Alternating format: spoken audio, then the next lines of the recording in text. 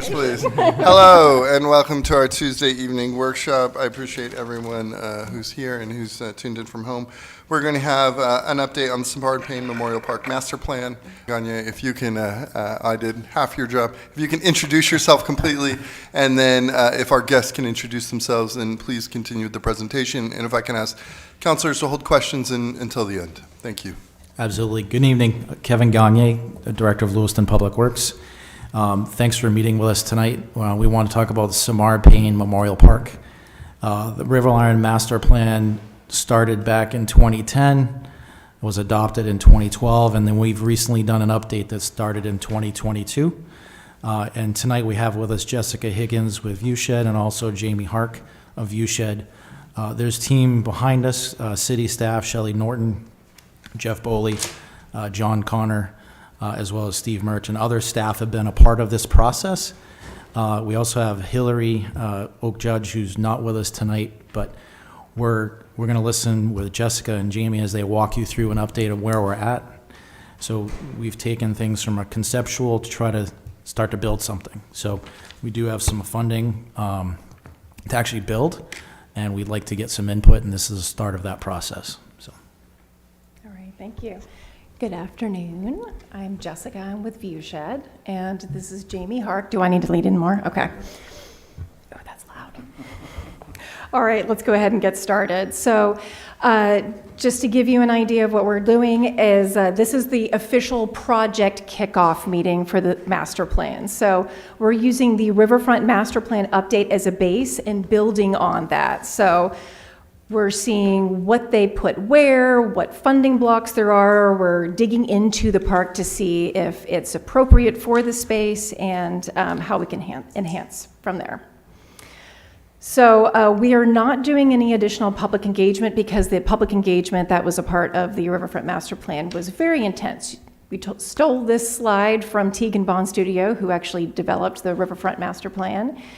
They had a kickoff meeting, 11 interview sessions, 3 city workshops, 2 public open houses, focus sessions, and steering group meetings. So this was a very in-depth process, and we trust what their findings were, and we're building on that. So this was the introductory slide to the Riverfront Master Plan. As you can see, it's studying a chain of open spaces along the river edge.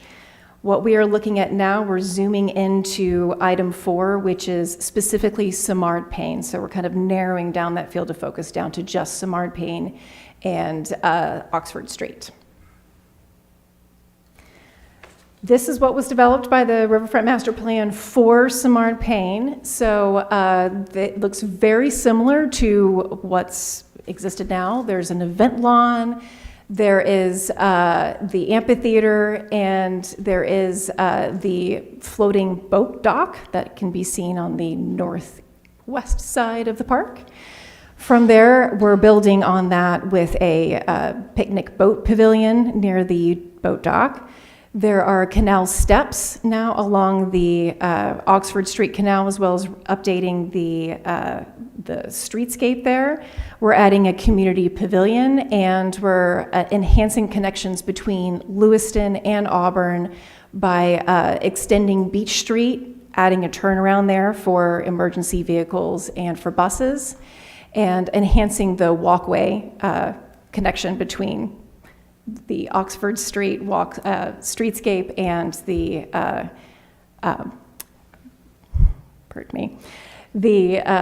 bridge connecting to Auburn.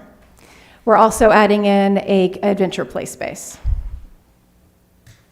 This is a rendering of what the vision was for the Riverfront Master Plan, the Simard-Payne. We have our picnic pavilion, we have the adventure play space off in the background, and we have our event lawn and our canal steps over to the right. In more detail, we're looking at the lower canal and Oxford streetscape. There is a walkway now that follows the lower canal. There's planting enhancements. There's a space for pop-up tents on market day.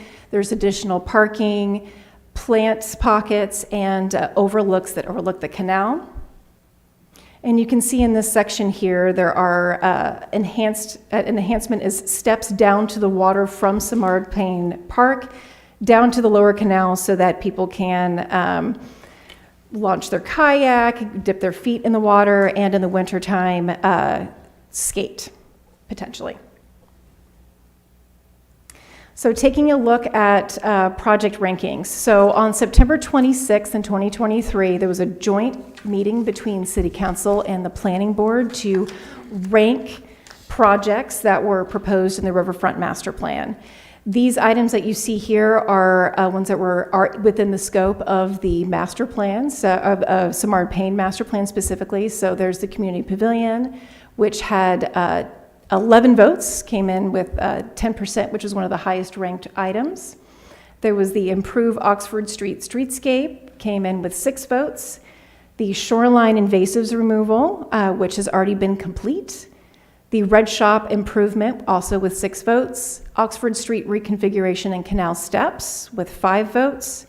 Improve infrastructure utilities in the park, such as adding in additional electrical outlets and Wi-Fi access, that came in with 4 votes.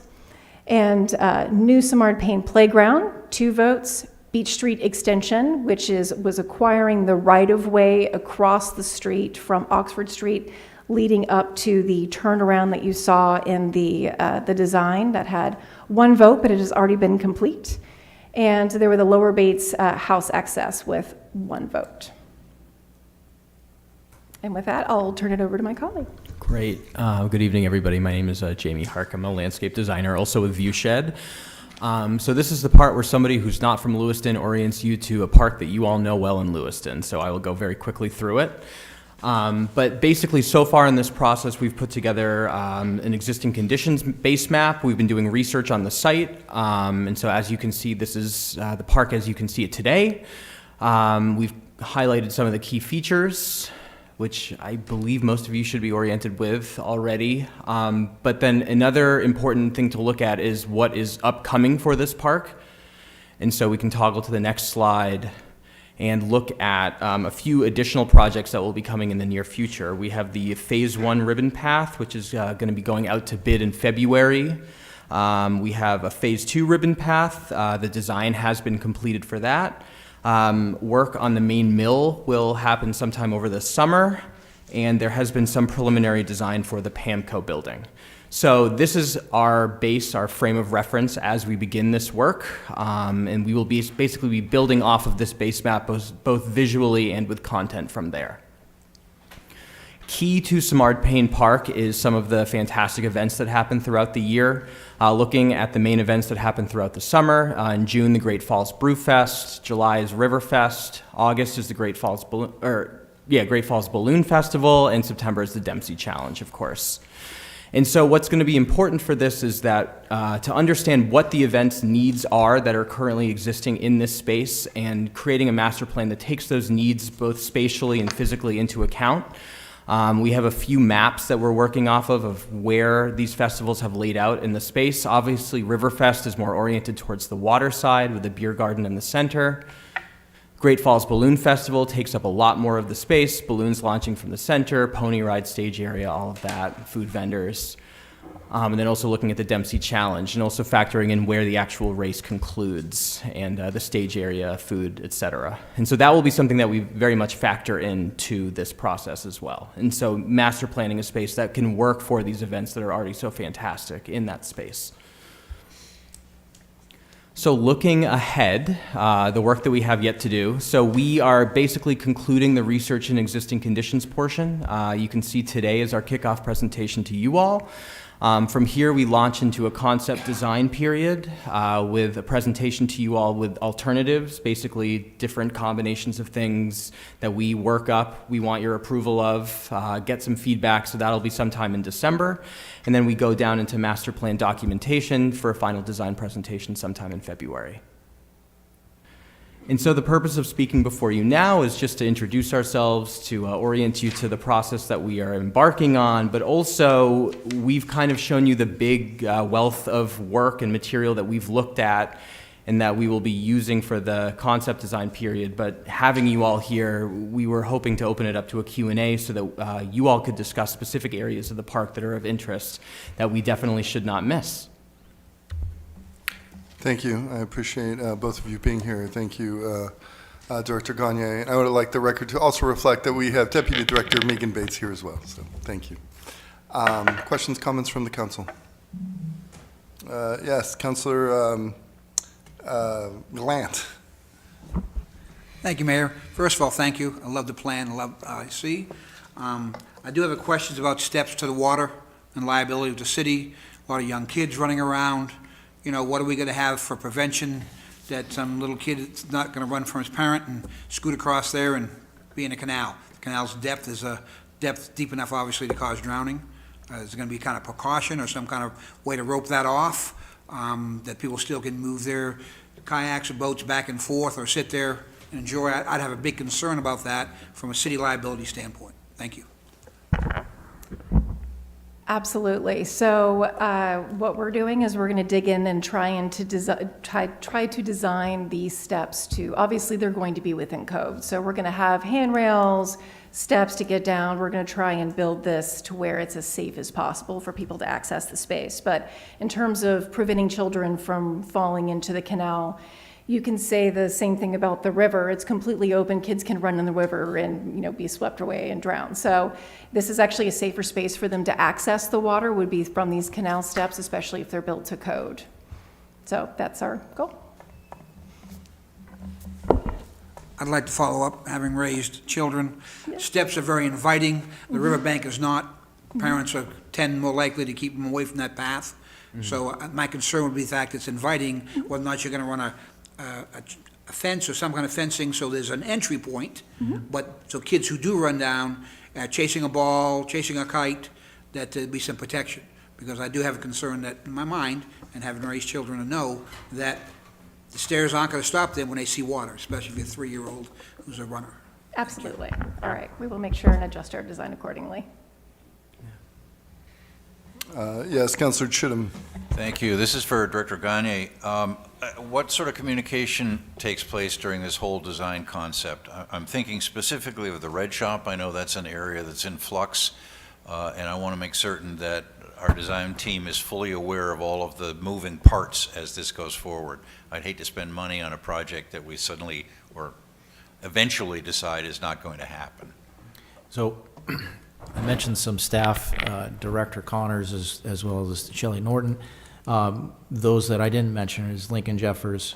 We also have other staff that are representative to that design team at the admin level. So we are definitely coordinating. I know that some vision for the Red Shop is not to move ahead. We did not fund some items this year in hopes of getting a developer or some other direction on that way. So I think that the plan we have now is definitely taking into consideration the existing uses and future uses and not make it so that we can't engage in some type of private-public partnership or other uses that have already been discussed. So, and Lincoln may be able to speak to that better and what conversations have been had regarding Red Shop. Okay, thank you. Do you anticipate regular periodic meetings between the design team and city staff?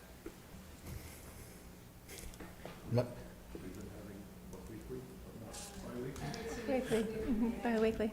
So as far as council goes, you'll probably see our next piece in the CIP. But if there's any design changes other than what you see tonight, we can give more frequent updates. Okay, well, I'm not as concerned about council as I am about staff. Design to team has consult. been Right. pretty much every 2 weeks. Okay, wonderful. Yep, Good, we've good to done know. some on-sites as well, because while the renderings and the mapping has been great, sometimes it's important to do boots on the ground, and we've done that as well. Yeah, yeah. We have absolute faith in the staff to do this, so thank you. I'm comforted. Thank you. Councilor Harriman. Thank you. So for the pavilion, are you envisioning that could be used for a multitude of different uses, like musical performances, theater performances, maybe, I don't know if I think the farmer's market is going to be sort of on Oxford Street, but some sort of vendors could set up under there. Yeah, just wondering if you had more information on that. Yes, certainly. So the Riverfront Master Plan originally designed it to be more of a picnic pavilion, but as we were doing the design work for the ribbon path that connects through that space, we were saying, well, stages are oftentimes set up as a part of these events. Why can't this double as both an event space as well as a picnic pavilion? So that is our design goal, is to make this as flexible a space as possible that can be used both as a stage as well as a picnic pavilion or for other events. Okay, thank you. Councilor Najin. So first and foremost, thank you. It's exciting to see this is moving forward. I'm interested in finding out particulars about Pamco building and the pump house, as well as the Red Shop, which isn't necessarily directly tied to your work, but maybe possibly I could sit in on one of those meetings, planning meetings at some point. That may be helpful. The pavilion piece, and I'm stealing this from Thompson's point, obviously, but there's the covered pavilion area, which also acts as an ice skating rink in the wintertime. It's a pretty good amenity for the Thompson's point. And I'm not necessarily saying we take that and just steal it directly, but also Augusta has a large pavilion in one of their parks that functions as the farmers market is organized underneath it, as well as community events. So yeah, there's just pieces where I think that the more flexibility, the better. And I'm sure you've gotten feedback, but I just want to repeat it. Power outage, power points, like where can you plug in to have a food truck run? Any of the pieces where you'd need power, because ultimately having those large power boxes that are down there and running like 200 feet of cord is challenging. I'm sure that the event organizers have also given feedback up to this point. Okay, excellent. Again, looking forward to seeing what we produce by February.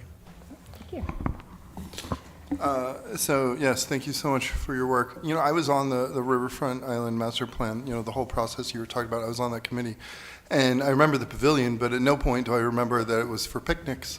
And I don't know who's asking for a picnic pavilion. Maybe somebody was. Here's my thoughts on what to do first. So if you ask all of us, we're all going to have our favorite part of the park that we want to be worked on first. An area of scarce resources, I think we need to focus on the areas that benefit the most people or generate the most economic activity. So if we're talking about a pavilion that John Bon Jovi can come and play in Lewiston, that would generate economic activity, that should be near the top of the list, or some amenity that would get used by the most people. We need to prioritize what does the most good in terms of benefit to residents and economic development, and kind of move those ideas first. And I would love to see city staff, public works, and we now have economic development sitting in the audience, try to think about what makes the most sense from an economic development perspective. This is really the best riverfront park in Maine. We've just had the Balloon Festival, which brought, it's not like I counted them all myself, but there's probably around 100,000 people here that weekend. Dempsey brought thousands, et cetera, et cetera. We need to utilize this park to its full potential. Councilor Glant, did you have something else? Two things. Are we going to put any permanent bathroom facilities? I see a lot of portable stuff, so 4 times a year we can go to the bathroom, the rest of the year we go pee in the woods. I don't see that in your plan, and I would like to think a park this big ought to have a couple of them located somewhere similar to what we're putting around the city, so parents who go there with children or are going to use the facilities can.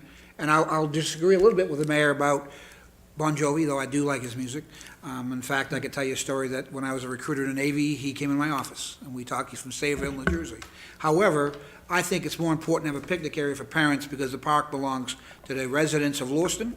Doesn't belong to the people who come from out of town. And I want to make sure we keep in focus that the local people have the right to use the park. I'd like to see us make money, don't get me wrong, 3, 4, 5 times a year, but if it's geared to 3 or 4 or 5 events, then the local people won't get the use from it. So local use is really important for me. Councillor Chittum. Thank you. Picking up on what the mayor said about prioritization, I'm going back to this Riverfront Master Plan project ranking, and my question is, who was polled? We have apparently 110 people voting, and it lists a meeting with the City Council and Planning Board. Who were the stakeholders that got to weigh in on these rankings? I believe it was 110 total votes. Is that correct? So not 110 people? Yeah, so it was planning board and counselors at the time, and everyone had 3 or 5 dots they could place for priority. So I'm not sure exactly how many votes per person, but there was a limited number. Okay, thank you. Councillor Najin. I believe it was 10 for 5 different areas, is the way that we did it. But there was also a lot of, there were public meetings with feedback from the public with the same type of voting process, as well as the stakeholder group for the Riverfront Island Master Plan represented multiple groups that occupy areas within the riverfront, including Simard-Payne Park. So just to name that,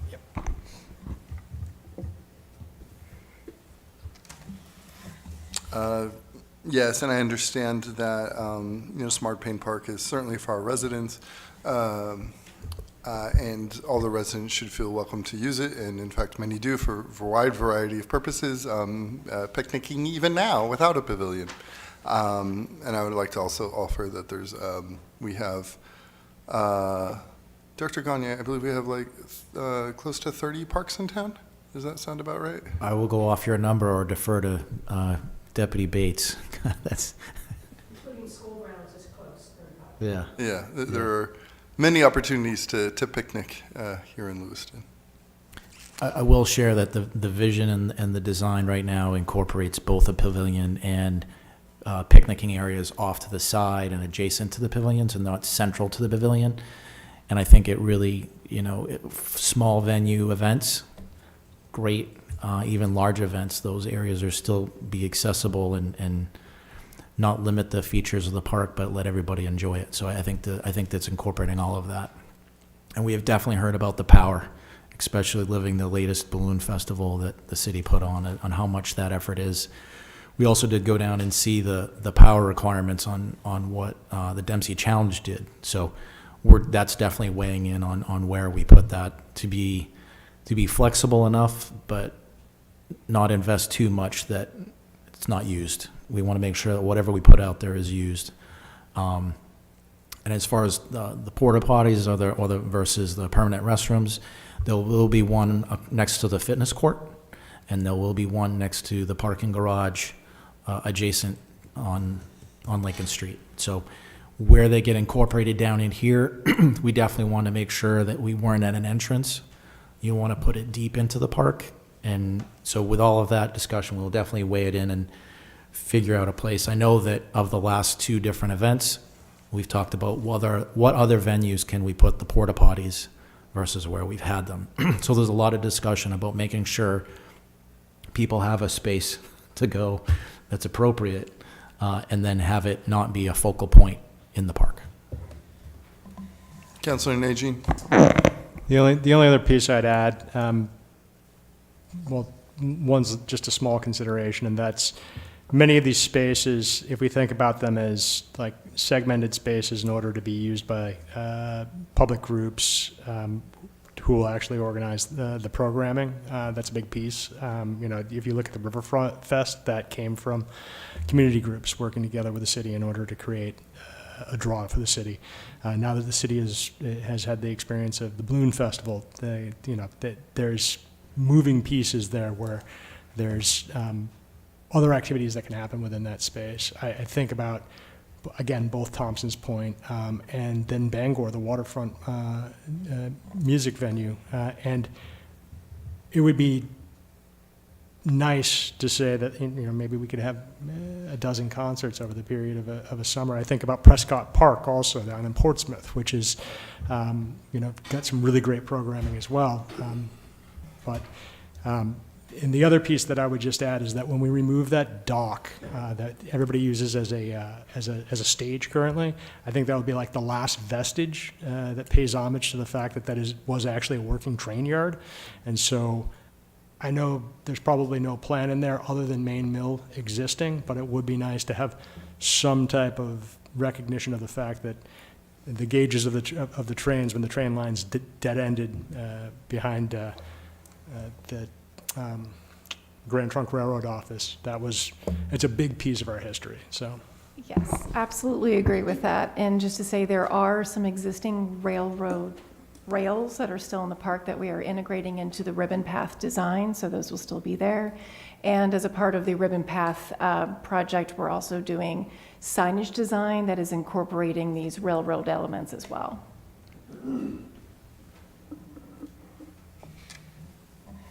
Further questions or comments from the council? Director Gagne or Jamie, and I'm sorry, your name? Jessica? Jessica. Anything further from Jamie, Jessica, or Director Gagne? No, great feedback, thank you. Thank you so much for being here. Thank you for your time. We appreciate your help. Thank you so much.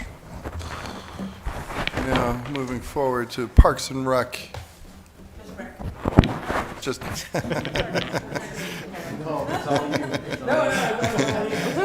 Rec, Lewiston Rec, yes. There you go.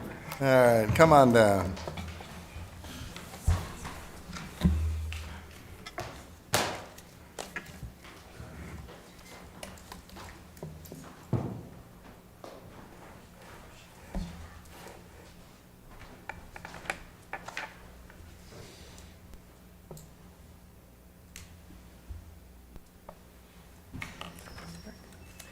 Looks like some of my fonting didn't translate over well, so I apologize if anything comes up kind of wonky.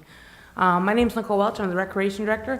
A couple weeks ago, sounded like there were some questions that the City Council had regarding youth opportunities and kind of what's happening at the Armory. So my goal is to give you kind of like a high-level overview of what that looks like. I don't have all the data here, but if you have questions at the end, I'm happy to go back and kind of pull some other data. Whether it be, most used addresses, age demographics, whatever you guys would like to see. But I'm happy to pull any of that at a later time. I'm going to use a lot of pictures in my presentation. I feel like nothing tells a story better than a picture. And one of the kind of messages I want to get home today is just the variety of programming that we offer year-round.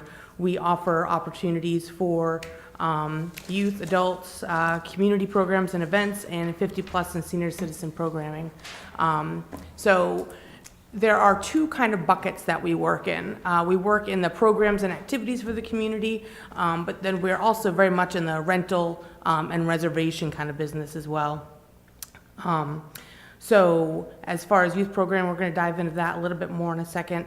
But for adult programming, we label that as anything for 18 and over. Pickleball falls in that. We do a lot of adult volleyball programming. We have a table tennis league. We have adult soccer.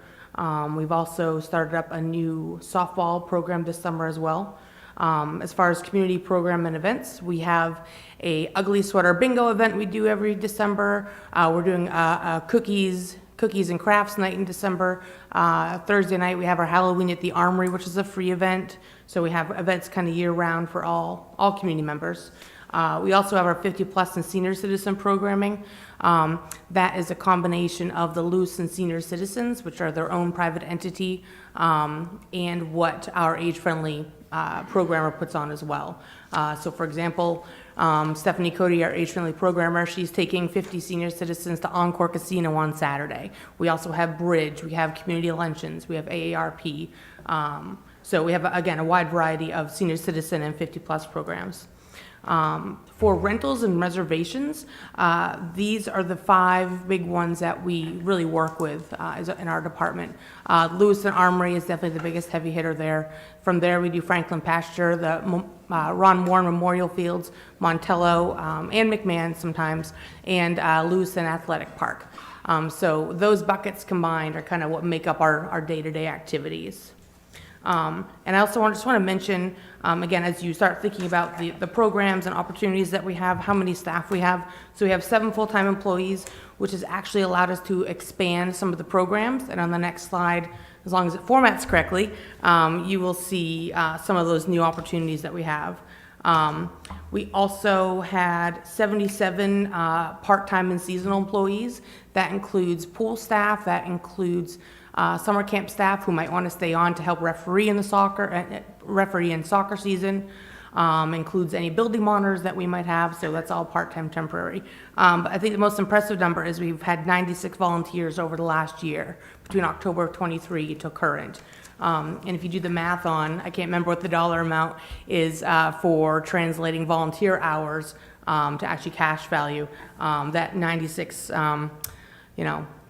pinpoint is, I'm sure it's going to be pretty good there. So the next one, again, I'm sorry for the formatting. Again, just to give you a high-level view of what the heck happens at the Armory. So from October of '23 to current, so October of '24, we had 5,100 scheduled hours. Now what that is any time that there's a program going on.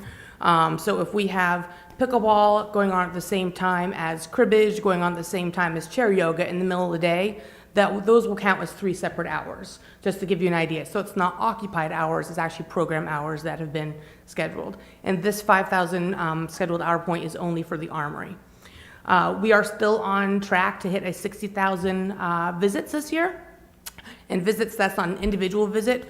That is, if we have a child who signs up for our summer camp, every day they come to summer camp, that counts as a visit. You'll see at the bottom, hopefully. So the Lewiston Boys and Girls Club, they have 70 middle schoolers and 27 high school students. So every time they enter the building, that's a visit. So just to kind of give you an idea of where that 60,000 come from. It is a floating value. If we have a huge rental lined up and they cancel, obviously that drops the number down, but then hopefully we'll be able to fill it with something else. In the last year, we've had 26 unique renters, and 24 rented more than one day. The Boys and Girls Club is definitely our biggest renter. They are in the middle of probably 2 years into a 10-year rental agreement. And that is, they're a 5-day-a-week program. Sometimes they're there in the summer, but every day they'll have 60 to 70 kids walk through the door. If nothing else, they come in, get a high five, get a snack and a drink, and then they might go on to a football practice is happening, or they're going to go to their friend's house. Some kids stay all day, every day, and they take part in the mentor programs, any free gym activities they have. They have homework help. They really do a lot in such a small space. Some of the other major rentals that we have, we are a big volleyball facility because we have the really tall ceilings. So the Maine Juniors Volleyball Club, they have it a steady renter for the last couple of years from October to April, and that's mostly night and weekends rentals. We have Paws for Cause Craft Fair. They do 2 fairs annually. The Anscoggan Fallen Angels Roller Derby Club, they have weekly practices and they do 2 to 3 bouts per year as well. They actually also help run our junior roller skating program that happens in the fall and spring. We have the Maine State Volleyball Association and Port Sport volleyball programs. The Boston Celtics, they just finished their 2nd summer with us. We've had Nerdcore / Weird Maine Vendor Fair, and we have multiple veterans groups, including the LA Veterans, Franco-American Vets, and American Legion, and a couple other veterans groups as well. So for the rental revenue just for the Armory last year in FY24, we're at $37,000. So that includes just over $30,000 in actual hourly payments for how many hours you're there. But the other 7 comes from cleaning fees and building monitor rentals, building monitor times as well. And again, I am sorry that this slide is awful.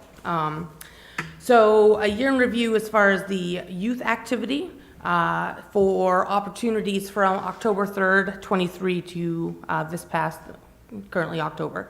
So we had 144 youth opportunities for youth from pre-K through grade 12. So those are 144 individual opportunities. Those aren't programs. So again, to give you an example. So soccer is a program, but then in that we have multiple activities. We have indoor soccer for grades K2. We have travel soccer for grades 5 to 6. So we have 144 activities and opportunities for engagement for youth. In the last year, for youth alone, we had just over 3,300 registrations for those programs. The bulk of the programs we offer are paid or at-cost programs because we need to generate revenue to pay for, our own porta potties or equipment. Staffing is a huge piece of it, part-time staff. Replacing volleyball nets. So we have a lot of internal costs that we need to kind of generate revenue for. I did put a sample of what we have for programs, both the at-cost programs and free programs. Some of our biggest at-cost ones are obviously our basketball programs, soccer, field hockey, youth volleyball is very popular. Youth pickleball is a small but mighty and growing program. So for the paid programs that are new for 2024, we had youth pickleball, an extended summer camp, and our skateboarding clinic. So those are brand new this year. For our free programs, we've really developed a solid relationship with the athletic programs at Bates College. So every season, whether it be their men's basketball team, women's basketball team, ultimate frisbee team this year, soccer, field hockey, lacrosse, they always host free clinics for the kids, which is fantastic. And Play It Again Sports actually shows up with some gear and helps to outfit kids. They have coupons, so they've also been a really good partner at these free clinics. Some of the biggest programs we have for the free opportunities, number one is definitely after school at the Armory. This is on Wednesdays and Thursdays at the Armory, and it's manned by full-time staff. We have just under 2 hours of open gym time. It just tends to go into basketball, but it's a space where kids get to come for free. We do require registration, and we do have a cap, but it happens throughout the school year from September to June. We coordinate a lot with the Boys and Girls Club because they also like a lot of gym time, and there is some overflow from program to program. But the kids really like coming to the Armory at those times. And that is actually geared towards middle school to high school kids is where most of our registrations come for the after school at the Armory. The Armory Hoops League, that is a community-wide collaboration that we have with Tree Street, Root Cellar, and the Boys and Girls Club. We all come together with manpower and we put on a 5-week spring league so that the kids who don't normally get to make the varsity teams for basketball programs or the leaders of those teams, they come together and they get to play kids from different parts of the community at no cost. Other ones that are really, let's see, I'm scanning the list real quick. So I just want to list our other new programs. We had a Learn to Play Ultimate Frisbee program, which is free this fall.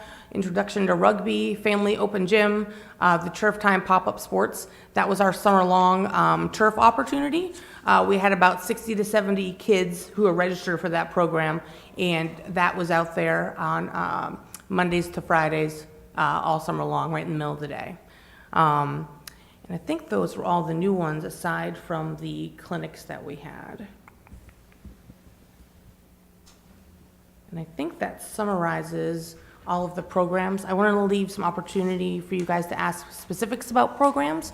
But as I said, like from the numbers at the beginning of the presentation, none of this could be possible without our volunteers and the staff. We're very lucky. We've had a lot of staff return from season to season the last couple of years. I think that they have fun, and I so appreciate the volunteers. A lot of our programs get developed because of the passion that they show up with. And I think that makes the best kind of employee or volunteer. You're going to teach and you're going to fall in love with, and the kids that you work with, they're going to fall in love with something if you're really passionate. So we're always looking for people who love what they do, love recreation. We want them to reach out to us so we can figure out what are the next steps. How do we get you teaching the next generation of these sports and really keep these kids engaged at a young age? But yeah, so I'd happy to take any questions you have. Thank you so much. Director Welsh and all your staff, thank you. And yes, the volunteers. And yes, a huge shout out to Bates. I was there for, that was what, the soccer clinic? Yep, soccer and field hockey. The Bates men's team, the Bates women's team, and all the kids, they were smiles all around. So, thank you. Councilor Chittum. Thank you, Director Welch. This is amazing what you have done with a staff of 7, recognizing that swells in the summer, and the volunteers, as you mentioned. I think your programs probably could not happen without the volunteers. So we're grateful for them. I got a couple of questions actually. One about renters. I know that various small groups use the Armory, and I'm thinking of the Androscoggin Dems, I'm thinking of the Mahjong clubs, the cribbage clubs, the knitting clubs if they exist. Are those counted as renters in your tally here? So the Lewiston Dems, yes, because they provide their own insurance and they pay the monthly fee to meet there. Mahjong, that's actually part of our internal program offering, so that's just a program that we'd offer. I see, okay. Is there a knitting group? Is there a cribbage group? There is a cribbage group. They're on Thursdays right now, and that's overseen by the Lewiston Senior Citizens, Okay. Are they counted as renters, or is that part of your internal programming? part of the internal programming. All right, great, thank you. I'm very grateful for Bates' participation, especially in your free programs. Is that coordinated through the Harvard Center, or how do you get that running? Yeah, usually it's just our full-time staff. So Alyssa Davis, who is our deputy director, and Tim Duchette, who is our recreation building aide, they take it on themselves of just, shooting emails off and trying to see who's interested in engaging. It started off as, I think we just did the lacrosse team a couple years ago, but kind of word caught around. And my staff are pretty diligent, and I appreciate them for that. And they've created some awesome partnerships through their work. Okay, that's wonderful, thank you. Final question is, do you keep a tally on how many of your participants are Lewiston residents and how many come from outside the city? We do. I don't have that on me, but I can tell you. Okay. Yeah, I can let you know. Are you looking specifically for youth or for everybody? Well, if you could break it down, I mean, the more data I get, I'm a data nerd, so the more I get, the better. But I'm curious as to what percentage of your populations, your users, are Lewiston residents. That's Sure. the meat question, and it doesn't need to be detailed, but if you could answer that, that'd be great. Thank Yeah. you. I know for youth, I would say between 5 to 20 to 25% are outside of are not Lewiston residents. And that really depends on the program. So our partnership with the Public Theater, it's our 4 weeks of theater program that we're doing in the summer. That tends to pull a lot of non-residents because it's a very specialized program and everybody loves the Public Theater. When we do have non-residents, there is a non-resident fee, so there is a little bit more getting kicked out to the department to help offset those costs. I would say as you get to adults, it probably rises more to 30 to 40% for like adult programs and activities, again, including pickleball, adult soccer, volleyball, and such. Just because you can get a lot of people in one area. If you go out to Green, you're not going to have enough people for a 10-person like adult soccer league, but you all come together at a facility, you can kind of pull something off. So those are general numbers for you. Okay. That's fine. Thank you very much. Yes, you're welcome.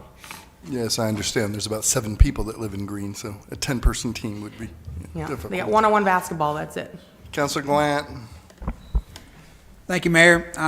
First, thank you. Great job. I've been visiting over there, so I know the hard work you all do.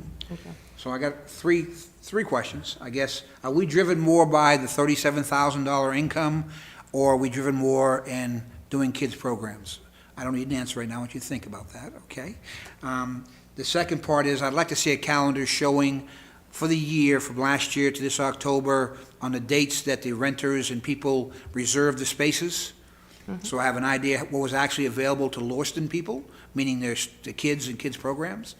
Having run a program before in the past, where it was driven by income, not by people who live in the city, many times they were quick to fill up all the primary dates to make a few dollars, and the kids were without. Friday night dances, Friday night movies, things like that I don't see offered yet in your program, because Friday nights were used for basketball or volleyball or something to that nature. So I'd like to see that data if I could.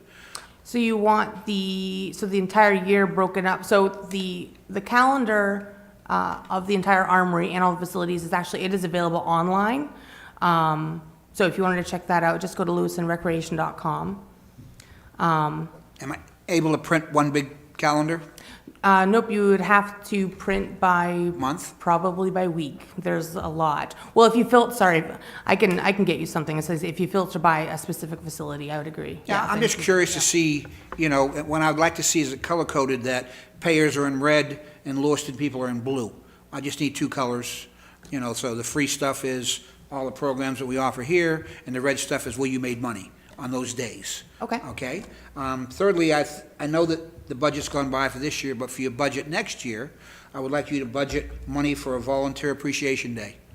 I think that they deserve it. It'd be nice to have something on a Saturday where we bring them all in, maybe get the council over there, the mayor over there, some key people to thank them individually.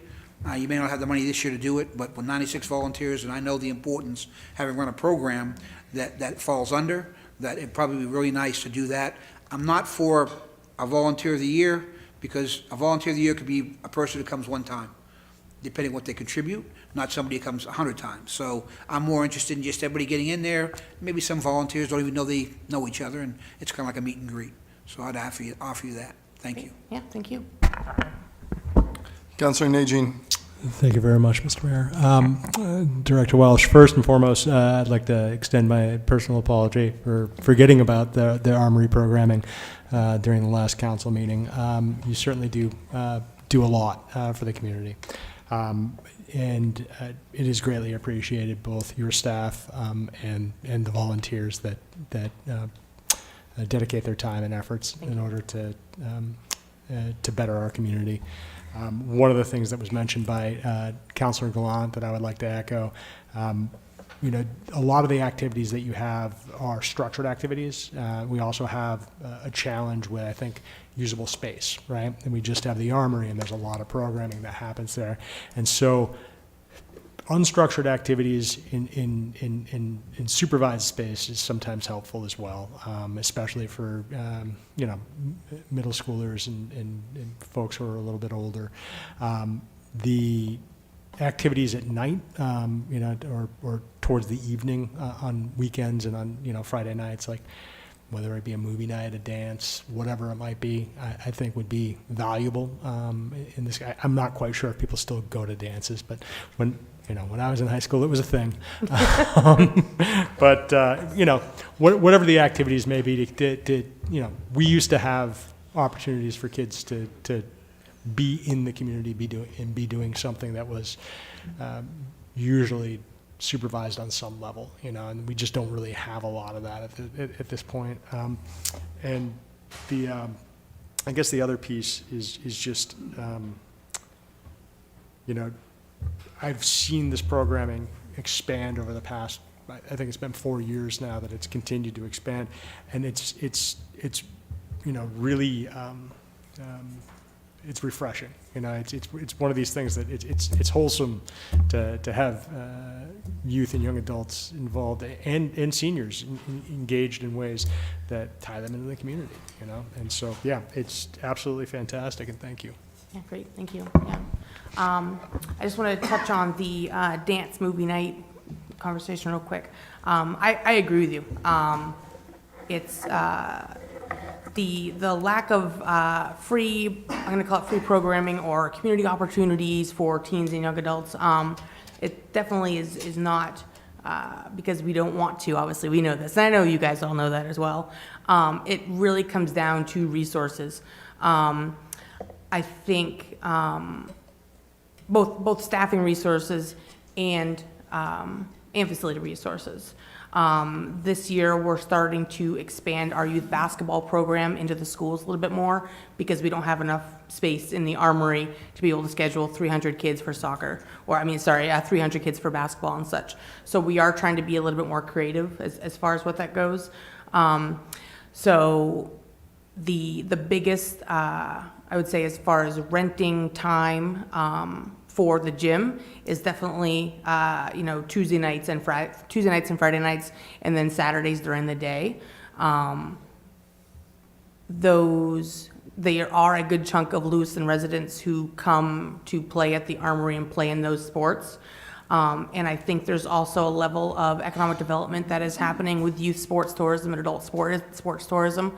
I was here for the early presentation, and I agree with you. It's not, we want to build something for the other people. We want to build something for us.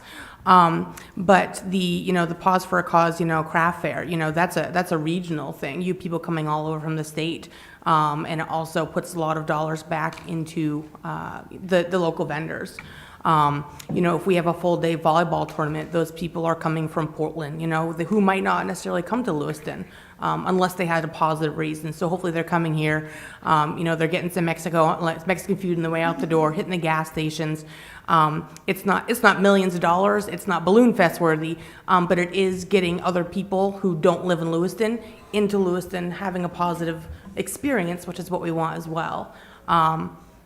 It's definitely a balance, and I agree with you. We need to figure out how to get more kids engaged, in those hours. But yeah, just to go back, it's a space thing. But then also, I don't think we can just have 5 volunteers hanging out at 9:30 on a Friday night, running a dance or running a movie. It's possible. I'm not saying it's not possible. But I think it would add a whole other layer to the department, which I could think would be a good one. It's just finding the means and the time and the space to kind of do these things. Councilor Glant. Thank you, Mayor. I don't expect you to have a dance next week. I'd like to think for programming for next year, and if that means additional staff and your budget time to bring forward that we can discuss, or programs. So, we're looking at the big picture, and a lot of that big picture is going to happen for next year's budget. So we know you're kind of trapped in a little world, and you're doing a great job with what you've got and what you've been given. So I don't want you to think there's a pressure to go put together a dance or put something. That's not at all what we're talking about. A lot of us are thinking about the future and how things grow, and those are some of the ideas we think would help grow a program. So don't worry about a dance right now. Great. Okay. I I was going to get my radio out. But we get you a free DJ. We already figured that out. Okay. Got it. Councilor Chittum. Thank you. You mentioned 9:30. Item 2 on our agenda tonight, we're going to be talking about a curfew. Do you have programming that occurs at the Armory beyond 10 o'clock any night of the week? Occasionally, 18 plus, like volleyball will happen. But the Boys and Girls Club will close between 6 and 7 p.m. depending on what they have going on. We don't have any free programming happening at that point. It's all just, either parent drop off and pick up anytime after 5 o'clock. Okay, thank you. You're welcome. Councilor Najin. One of the last questions that it just dawned on me, transportation to and from the Armory. Obviously, the middle school is right there, right? I know that Bates was advocating for a bus stop to be linked to the city. How do kids get to and from? Do they just walk? Yeah, we'd have, there are a fair amount of walkers. But again, that's mostly for the immediate after school. It's just so convenient, and even the high school is just right around the corner.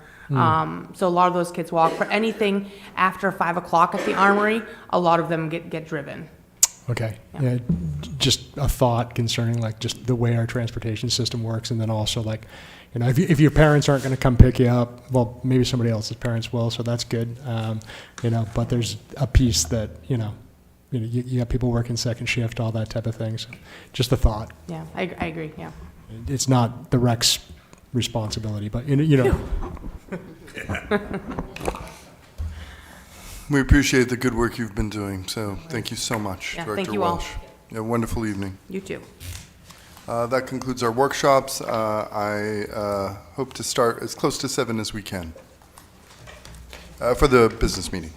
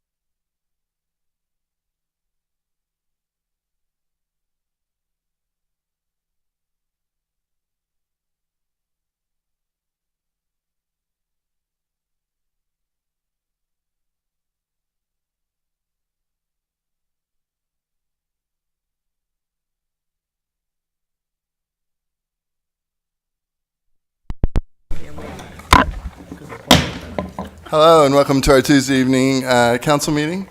We're going to kick things off with the Pledge of Allegiance, and Planning and Code Director John Connor will lead us.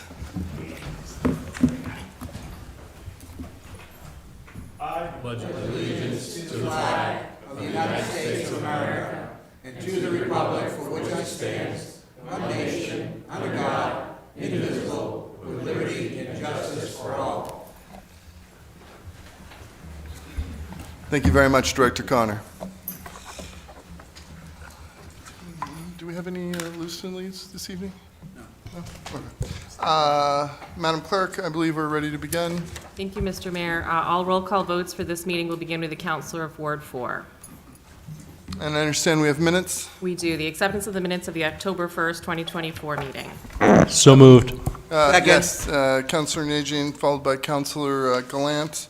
Madam Clerk, please call the vote. Councilor from Ward 4? Yes. Ward 5? Yes. Ward 6? Yes. Ward 7? Yes. Ward 1? Yes. Ward 2? Yes. Word 3? Yes. Motion passed by a vote of 7-0. Thank you very much, Madam Clerk. We're now up to public comment. Any member of the public may make comments regarding issues pertaining to Lewiston City Government. This period is reserved for non-agenda items. Public comment is also allowed during individual agenda items. Public comment is limited to 3 minutes per person. Please state your name for the record, and please indicate if you are a Lewiston resident. Because this is the business meeting of the City Council, all questions should be directed to the mayor, who will ask staff to follow up at a future time. It is illegal for the City Council to allow comments related to personnel matters. All personnel complaints should be made directly to the City Administration Office. Do we have public comment? Public comment is now closed.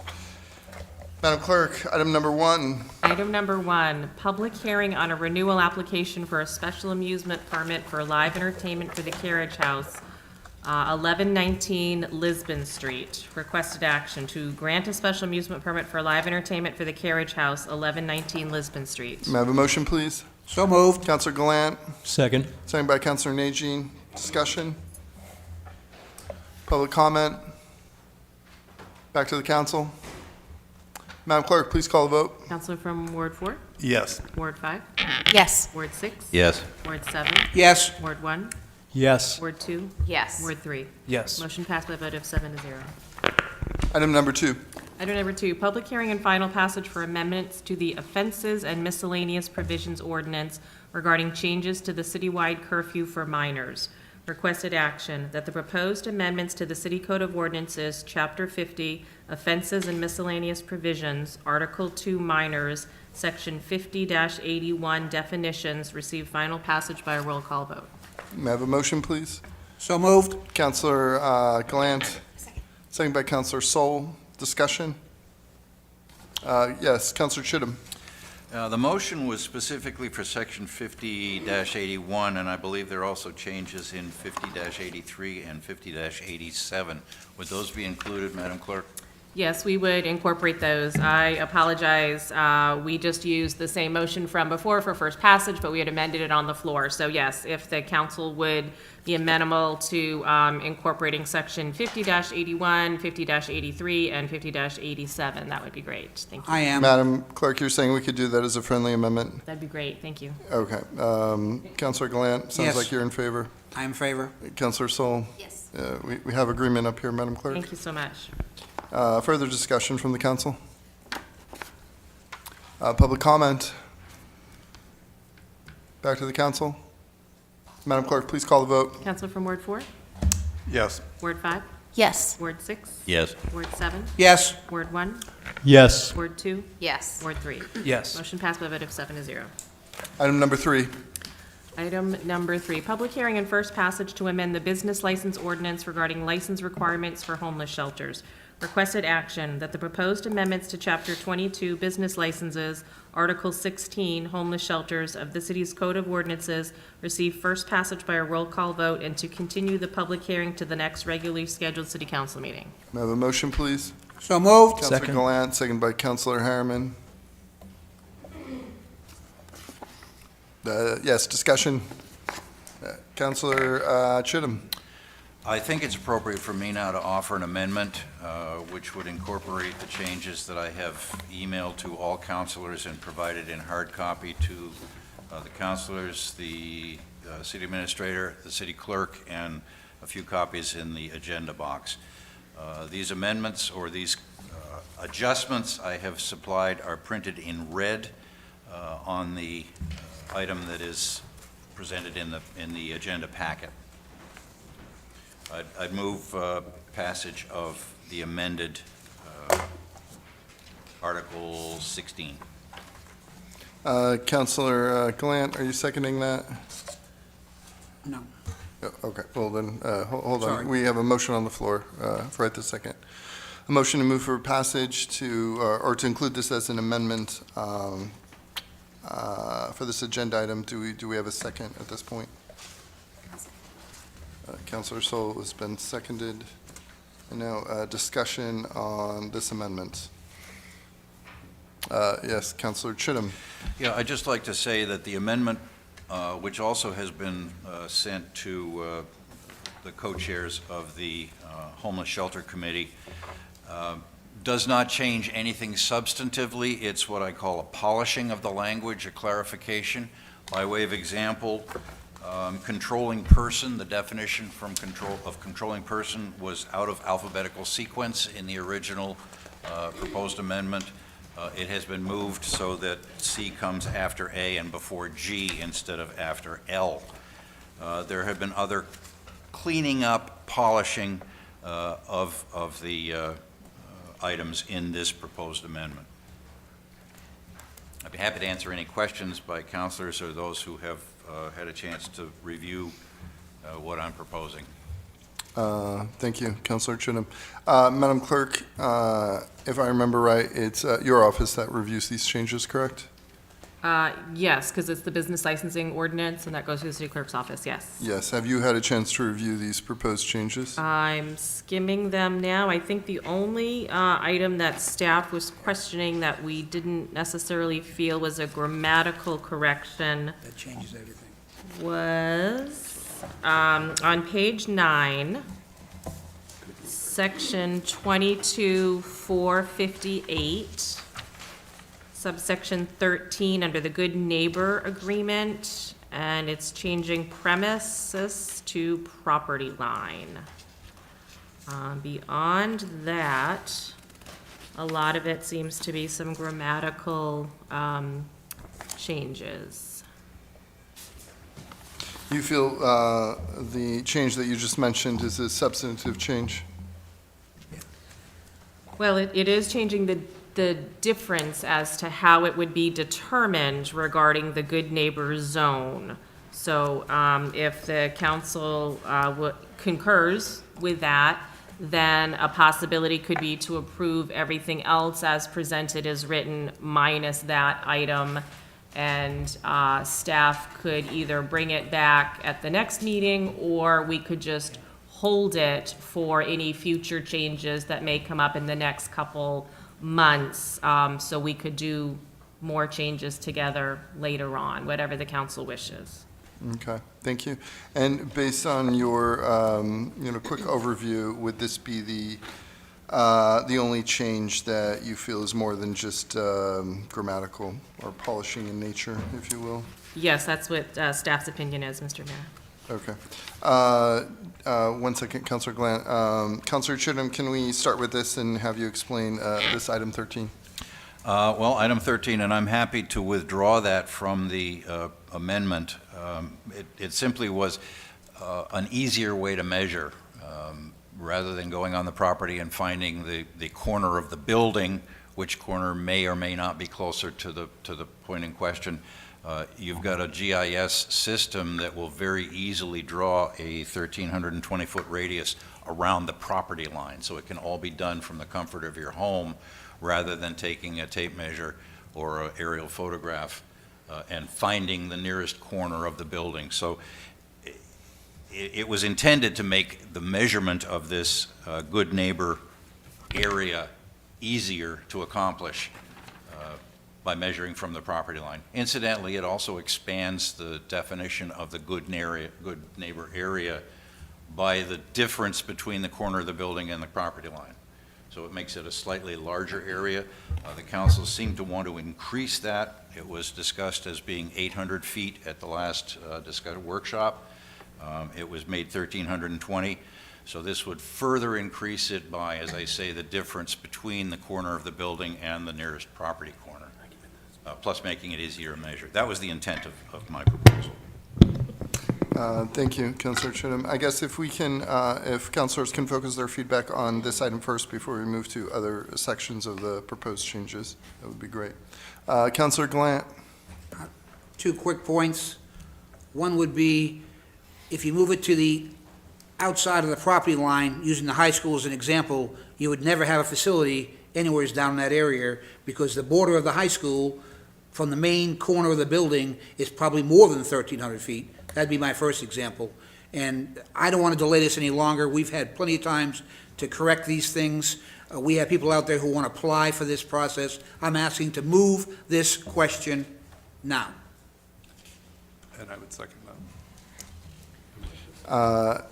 So we have a second to move the question, and just to be clear, we would be voting on the amendment, right, Madam Clerk? Yes, so the amendment that was distributed by Councilor Chittum, the language in red, because that's the immediate motion that's pending before you right now, is the review and consideration of those new amendments from Councilor Chittum.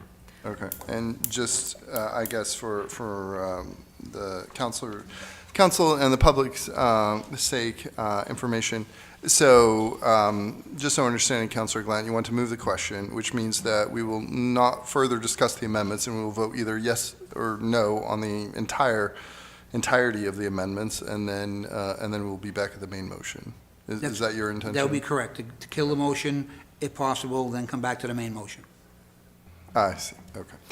Madam Clerk, yes, so we'll move to a vote to move the vote. Sure, so the motion before you is to move the question. Councilor from Ward 4? Excuse me, point of order. Is there a second not required on a motion to move? Yes, I believe Councilor Roy seconded it. Oh, I'm Yes. sorry. Yeah, we do have a second. Councilor from Ward 4? Yes. Ward 5? Yes. Ward 6? No. Ward 7? Yes, Ward 1? I apologize.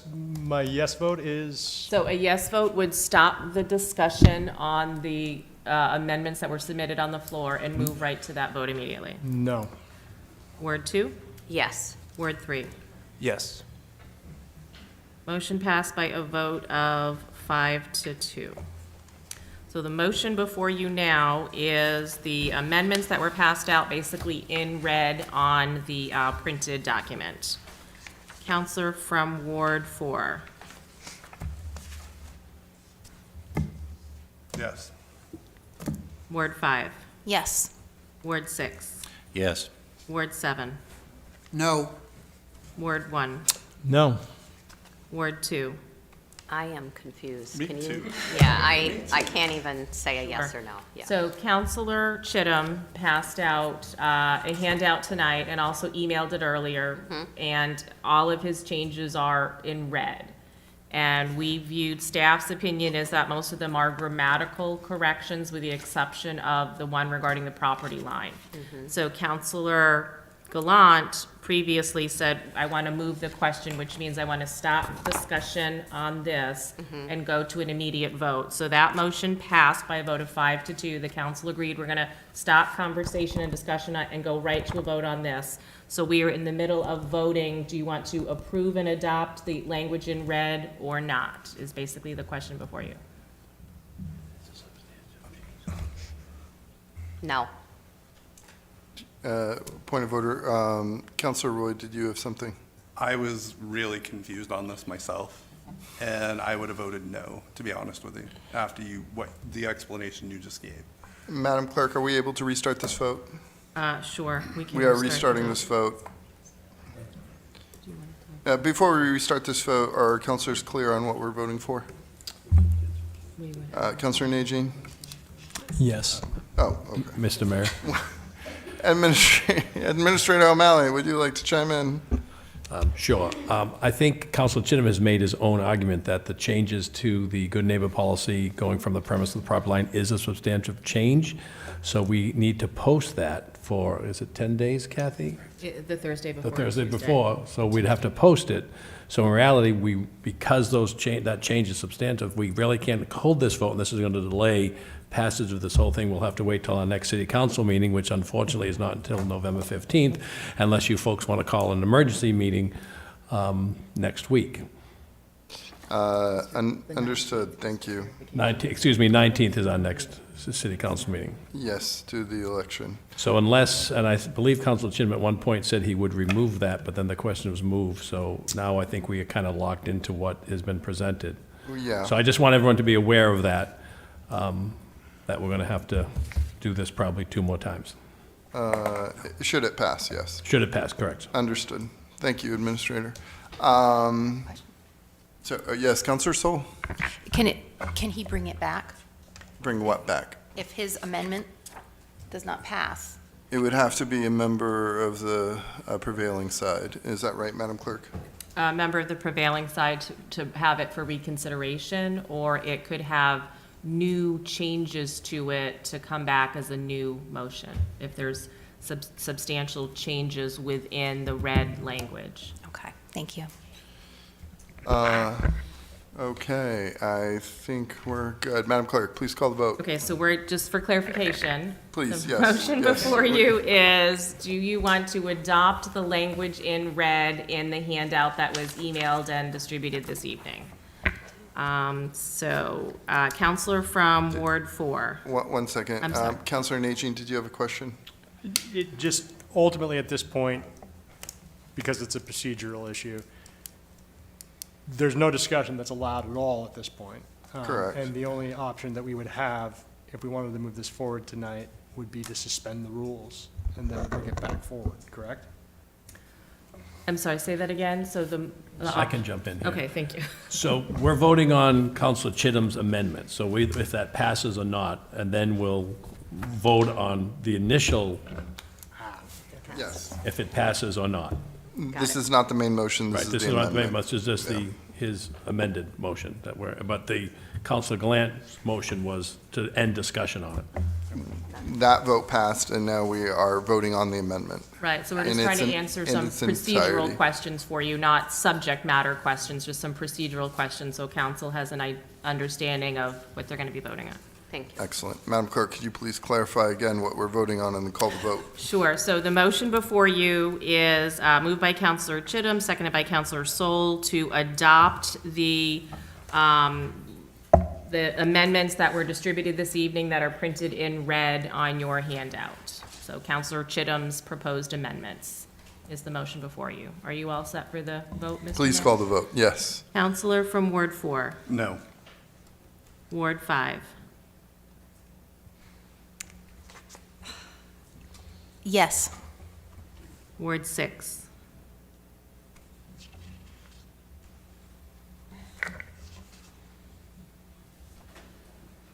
That's you. I know, that's me.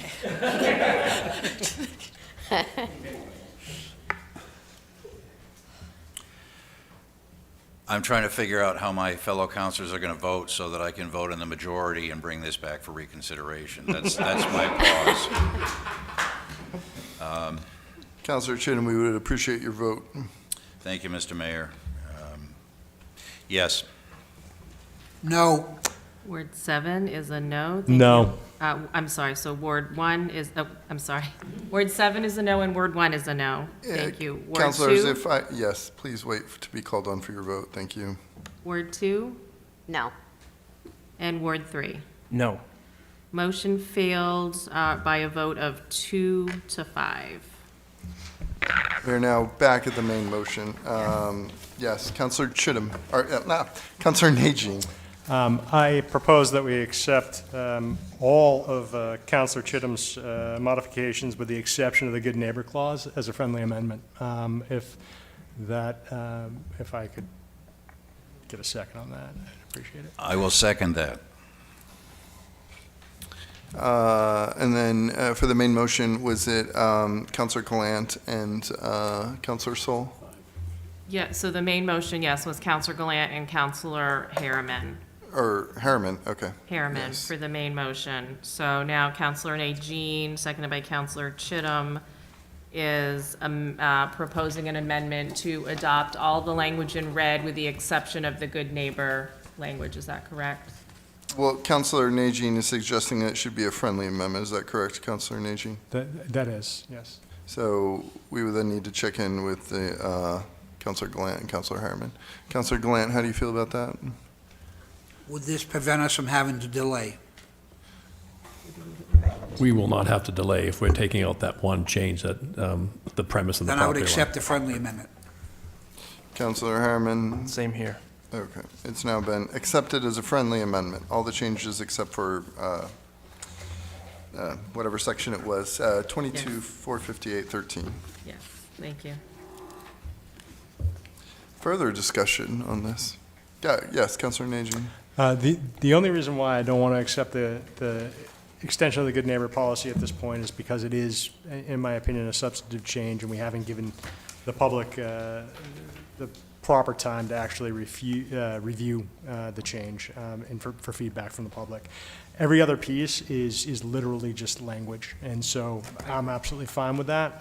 It's whether you're alphabetizing definitions or putting an or and somewhere where it needs to be, I don't think is a big issue at all. I do think that while I support the extension of the good neighbor policy, I think there are concerns that we might have to work through. And so that's why I voted the way I did. Councilor Gallant. I would echo that. I think that Councilman Chittum does an excellent job in straightening us out. We have a lot of problems in the city and old ordinances and as we put them forth, but I was concerned with pushing this out any further as we have people in the wings waiting for this to be approved so they can apply.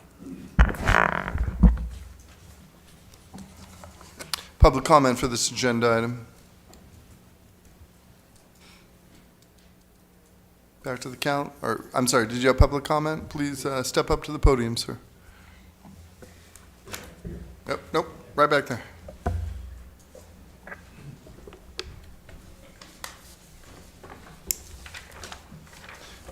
Please give us your name and where you live, and then you'll have 3 minutes. Yes, my name is Pastor Willie Pons, and I live in Lewiston. I'm the new executive director of Hope Haven Gospel Mission, and I just wanted to get some clarification of the good neighbor clause and what the amendment is. This is new to us from being here. We haven't been a part of this, as I understand, and we want to be a part of this to get a pure understanding of exactly what's going on, and we can better to, fit the criteria. Yeah, Madam Clerk, do you want to take that? Sure, yes. So evidence of the adopted good neighbor agreement establishes a policy for how guests will be respectful of neighbors, including area residents and businesses, whereby guests at the shelter agree to abide by the policy and are held accountable for their failure to do so. Under the policy, guests are held to account for complaints received by neighbors regarding from the guest's failure to abide by the policy, and if disturbances are not minimized, then the guest can be declined further service. Basically, it's just saying that the shelter will be good neighbors to the area butters. Thank you. Matthew Agron, Ward 4. While I appreciate Councilor Chittum's providing us with a printout of this tonight, because before we've done these changes and the councils had them, the city staffs had them, but us out in the public have not had them. These are all what I call simple changes, with the exception of the one that's questionable. But I really wish if you were going to do something like this, you'd get it published in the packet so we have time to read and process. I just read through this entire thing while we were talking about it. I could do it, but 9, 10 pages, not everyone can. There's nothing in here that I disagreed with in my quick read, but that was a quick read. Like Councilor Chittum, I like words.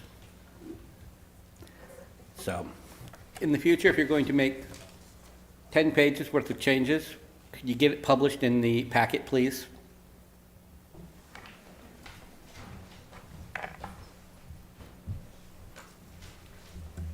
Matt Roy, Ward 3. Now, to the controversial part, there shouldn't be a controversy. So a property line boundary is where your property legally starts and begins, and a premises is your building and all the land within that property. So to the average person, this would not be a substantial change. Premises and property line, boundary line, border, whatever you want to call it, there's no substantial difference. A premise, according to Oxford Dictionary, is defined as a house or building. It's accompanying land and any outlying buildings, including, which would include your shed or some kind of other semi-permanent structure on your land. That, I was going to say, this isn't a substantial change. Thank you. Or would it be? Further public comment? Back to the council. Councilor Chittum. Thank you, Mr. Mayor. Thank you, Mr. Roy. As you were speaking, I was reading the definition of the premises, and I have some comments about that unrelated to Mr. Roy's point. But we define premises as all lands, buildings, structures, places, etc. So I had missed that, but he's absolutely right. Measuring from the property line or measuring from the premises under this definition are identical. So be that as it may, we've voted, we've excluded the property line language from the amendment, and that's fine. But I do have questions and concerns about the definition of premises, which includes all equipment and appurtenances connected to or used therewith in any homeless shelter. To my way of thinking, this includes a computer, a printer, office equipment, that's personal property. And this would have us, if we follow the code directly, requiring that a homeless shelter operator report back to the city clerk if he buys a new printer. And I'm sure that's not what was intended here. I missed that when I was going through redlining the first time, and I apologize, I'm human, I make mistakes. But this highlights the problem that we have when we pass ordinances. There are a lot of issues with this ordinance and with all of our ordinances that we cannot deal with in the format and the structure that we have. Augusta, Washington, those legislative bodies have committees that work out these details. We do not have that structure here. The only place we have to work out details for the laws that we're passing for the city of Lewiston is up here. And we're in an extremely confined format to be able to do that. We can't have back and forth discussion up here where we're forced to make these decisions. This premises is one example. We have an entire section in here about the requirements that are to be provided when a license application is submitted. That may or may not be duplicative, redundant, or in opposition to the overarching license application requirements that are a part of Chapter 20, Article 22 of the ordinance, which are not part of Article 16. So when we talk about businesses, we have a section early on in that chapter that talks about what's required for an application for a license. And then we repeat that, not necessarily identically, in this particular article, the subsection of Chapter 22. And we may find out that we've got conflicts, that we say one thing at the beginning of the article, we say something else under the section applicable to homeless shelters. That creates a conflict, it creates confusion, and it makes the ordinance less than clear for everybody who's using it. My goal here is to try and make these things as simple as possible, without conflicts, without redundancies, and there are a number of these examples. As I was going through this ordinance, I discovered that we don't even use consistent headings for our articles, our chapters, our subchapters, our sections. They're all over the map. And that's excusable because we up here are not experts at drafting legislation. And yet, we're asked to do that. And when we are given a draft of a language and it has a particular formatting, we don't question that. We go ahead and do it. And then all of a sudden, it's inserted into the code, and it's inconsistent with all of the other items in the code. Another concern I have is that Section 22-455 deals with appeals. As I started looking into this, there was question at the workshop as to whether or not decisions of the clerk would be appealed to the council or to the appeals board. I can't find any charge of the appeals board that extends beyond the zoning and land use applications of our code, Appendix A. I'm not certain that the Board of Appeals has the authority to hear an appeal from the clerk's decision, and yet we've said in here that if the clerk decides to deny an application because it's incomplete, and that's the only reason that it's appealable to the appeals board. Now, if the clerk denies the application because the police chief has said the operator of this homeless shelter isn't qualified to run a homeless shelter, that's not because the application's incomplete. That's because there's a recommendation from a department head against approving it. That's not an appealable decision under the language that we're proposed to adopt tonight. These kinds of problems crop up in almost every time we review an ordinance or try to amend it. And I'm frustrated, you can tell, because if we're going to pass laws, those laws really ought to be understandable by the people against whom or for whom they're going to be enforced. And we're failing in that job. We as a council are failing to pass clear, concise ordinances. I think my soapbox is getting a little tall now, so I'm gonna back off a minute and let somebody else talk. Thank you. Madam Clerk, I believe that since the council if I remember right from our last conversation, since the council approves the licensure, we can't appeal to the same body that has approved it, and so that's why it was the appeals board. Am I remembering that Correct. correctly? So the authority of the appeals board is defined in state statutes as well as city ordinance.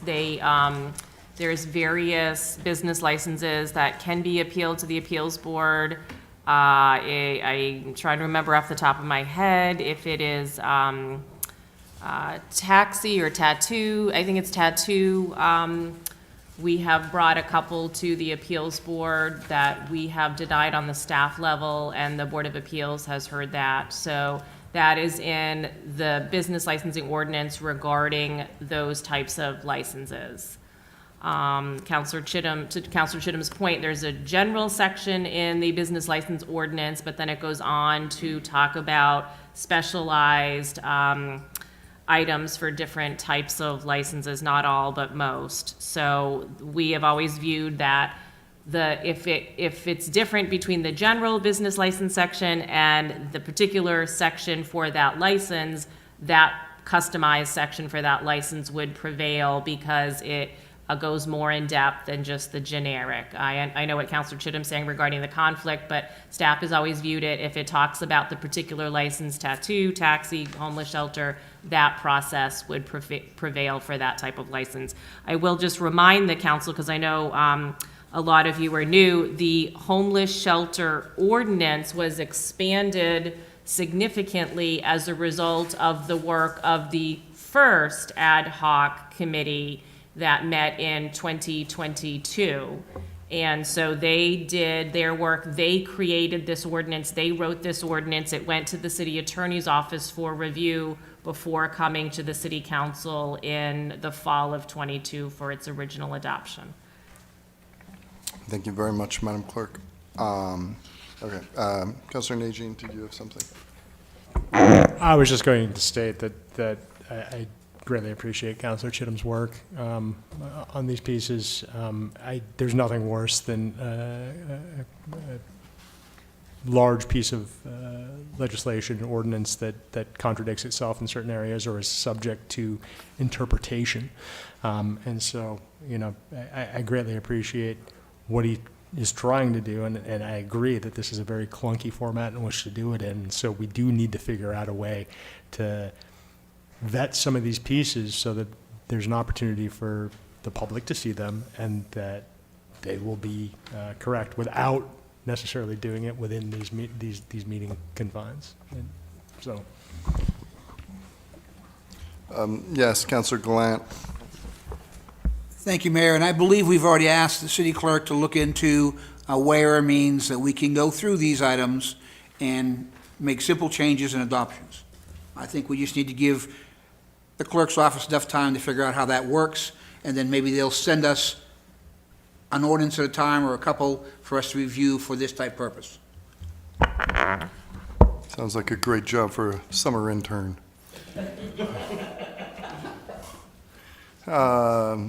Yes, further comments from the, yes, Councillor Sol. I just have a quick question for maybe, I'm not sure who, for this business license for homeless shelter. This is going to be for any new shelter that wants to open in the city of Lewiston, not just a low barrier, any shelter. These are the rules they're going to have to. Any homeless shelter. So we currently have 6 homeless shelters that are licensed in the city. They are all licensed under the rules and regulations of this ordinance before you. So it applies to current homeless shelters as well as any new applications that come in. Including the IDs and, so according to this, they're not going to have to provide an ID or even give a name, and that will be the same for any new shelter coming in? This would be the regulations for any homeless shelter licensed and operating within the city. Okay, thank you. Councillor, did you have a, okay, Councillor Chittum. I wanted to make certain that all the other councilors, this is my second bite at the apple. Well, that's my job, and I'm recognizing you, Councillor Chittum. All right, Everyone thank will have you. another opportunity. All right, I would like to talk about the definition of homeless children or youth. We've been over this before, and I have dealt with this and talked with many people at the state level and in local shelters. And by way of pointing out that this inconsistency and difficulty in crafting legislation is not unique to Lewiston, I do want to point out that the state has 2 definitions of homeless youth. And they are almost word for word. One is contained in the law, which is passed by the legislation. It's in Title 22 of the statutes. And yet the rule that was passed and promulgated by the Department of Health and Human Services, I believe, has the same number of words, and all of the words are the same, except that they have transposed the conjunctions or and. So we have 2 rules that were intended to be identical, 1 rule and 1 law, and yet they are not. They are very different because particular attention wasn't paid to the language. In one situation, in both situations, there are 3 conditions that define homeless youth. In one condition, under the rule, all 3 of those conditions have to be met because the conjunction and is used. Under the law, only one of those conditions needs to be met. So they're very, very different meanings. And it's a simple transposition of conjunctions. It's careless writing. It's careless drafting. And we end up with 2 statements intending to say the same thing, but having very different meanings. There was a suggestion at our last workshop that we simply use the state definition of homeless youth in our own ordinance. And when I went to research the state definition of homeless youth, that's when I discovered that there are 2. So I would propose that we pick one of those and use that as a reference. And don't try and write our own language. Simply say, homeless children are as defined in either the state law or the state rule. And personally, I'm going to take it as a quest to go back to the state and say, hey, you've got a problem here.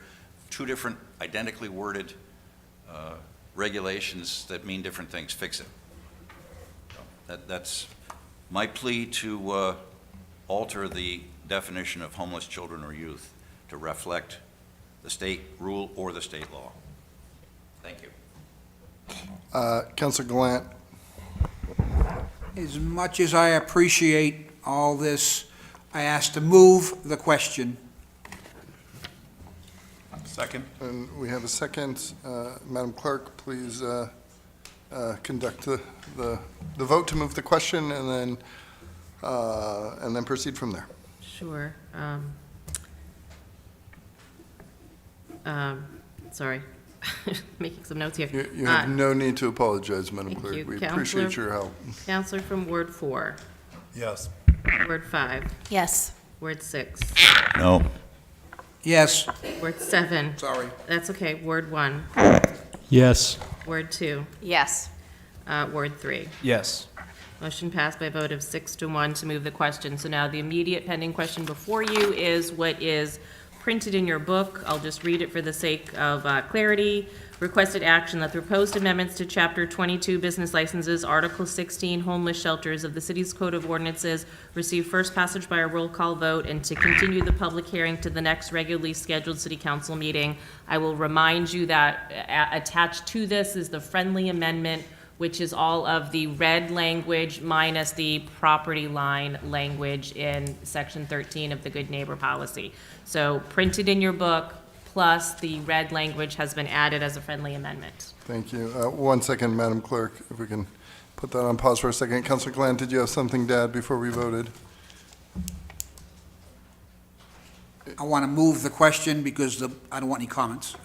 Yeah, no, okay, I thought you had No, if I- a question. if I You're don't- ready to vote. We're not ready to vote because we still have a chance to say something. No, we don't. You sure? Okay, as long as it's the case, Yeah. I'm ready to vote. Madam Clerk, please call the vote. Counselor from Ward 4, Yes. Yes. Ward 5, Yes. Ward 6. Yes. Ward 7. Yes. Ward 1, Yes. Ward 2, Yes. Ward 3. Yes. Motion passed by a vote of 7-0. Thank you, Madam Clerk. Thank you, Mr. Mayor. The next agenda item, please. Sure. Item number 4, order authorizing $62,228 reallocation of CDBG funding to meet the shortfall in the award funding of $70,000 for Sunnyside Park renovation design plan. Requested action to approve the order authorizing a $62,228 reallocation of CDBG funding to meet the shortfall in the award funding of $70,000 for a Sunnyside Park renovation design plan. May I have a motion, please? So moved. Councilor Glant, seconded Second. by Councilor Chittum. Okay, yeah, please introduce yourselves and kick us off. Good evening. Kevin Gagne, Director of Lewiston Public Works. Megan Bates, Deputy for Maintenance and Operations. So we're here tonight because we did receive $70,000 in the CDBG, this year's allocation to move ahead with a master plan for Sunnyside Park. After meeting with the consultant and looking at what we were looking to do, we get public input, design process, and actually come up with a comprehensive plan for this small park. It's come back that we are short on funds, so that's why we're here tonight. We're asking for the $62,228. We've talked with Lincoln Jeffers and talked about are there funds available, and we've been told yes, so we're here to discuss why we need that and to move ahead with the action. There were some questions about, can we just renovate the park? This is an older park. There are issues with both the field as well as playground equipment. I've been in the park recently, also enjoy going out in that area, and the use could be better. We'd like to do it comprehensively, thoughtful, with public input. We are looking to put a public restroom near the entrance to this park. I'll open it up to questions. Deputy Director Bates is here to address some of those details. Director Jeffers, I see you back there. Is there anything you'd like to add before we open up for questions? Not particularly. I'm really just the money guy. These are the folks who are living it, and we do have, there was a project that was canceled. It's not going to happen until next year, so we do have funds available. So don't let that be a limitation, would be the only thing I would add. We appreciate you hanging out. Councilor Najin. So just really quickly, what was the project that was canceled? Seniors Plus is planning to build a new kitchen facility and whatnot, so it is an addition. We fully expected they were going to be starting construction by now. We have learned that they're not going to And start. that was the 175,000? That was 175,000. It'll be at least July before they start. So that would be back on next year's CDBG request, but it's taking those dollars from now and allowing them to be used for this if the council so chooses. So one of the pieces with this, and I had a short conversation with Megan Bates today, and before we had before this came to the agenda piece. $132,228 is a lot of money for not a stick of anything being improved in the park. And so that's, when the playground equipment that went in, which is incredibly outdated and some of it is dangerous and has been removed, it was $25,000. Granted, it was almost 20 years ago. My concern is that we would come up with a plan that's going to take a long time to fund and no improvements will be done to the park over a period of time. I can also say, knowing the park well, that there is a definite need for drainage issues to be fixed in order to make the large field usable, and that your large field could be a soccer field, it could be 2 baseball diamonds, it could be all kinds of different things. Right now, it's a soggy, wet space next to the cemetery, and it's the entrance to Sunnyside, to the Riverwalk Trail, which is one of the secret gems of Lewiston. If you've never been on it, it's absolutely amazing. But again, it's the cost that I'm concerned with, and I'm wondering if there's a way that these public processes, like, do we have to outsource them, I guess is the question, because if we're talking about an overrun of $62,000, like, versus 10 hours of staff time and some organization with people in our community who know how to do this type of work.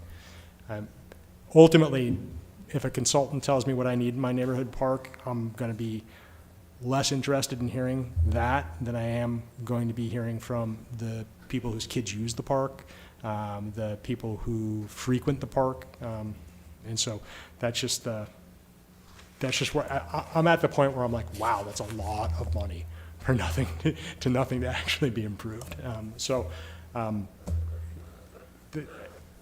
It's just a tough number when overall, if the plan is like, hey, here's a $500,000 plan, we know that's never going to happen. But a basketball court, refurbished could be $15,000.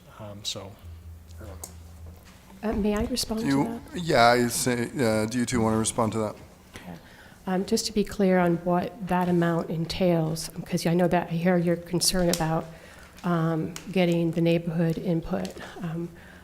I'd like to see, the city, other individuals who use that park also to have input, as well as the neighborhood.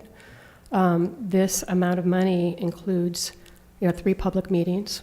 It includes a survey, 3 phase designs, plans, a story map, which I'm not sure if anyone understands what a story map is, but there's one currently on the city website for parks. It tells a lot about a project such as this. And it also includes the probable construction costs that would help to budget for future. It includes preparing the bid specs as well as assisting staff with the bid process.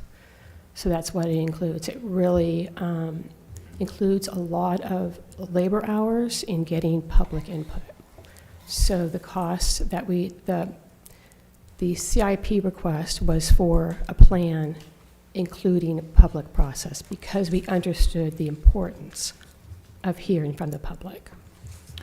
I would add that while I definitely hear your concerns, I don't like outsourcing. Generally, we like to outsource for expertise, right? So highly technical, environmental issues, compliance issues, legal issues. What we found is right now with the amount of state, federal, and local money going on, we're administering locally administered projects for DOT. We're doing our own street sidewalk scapes.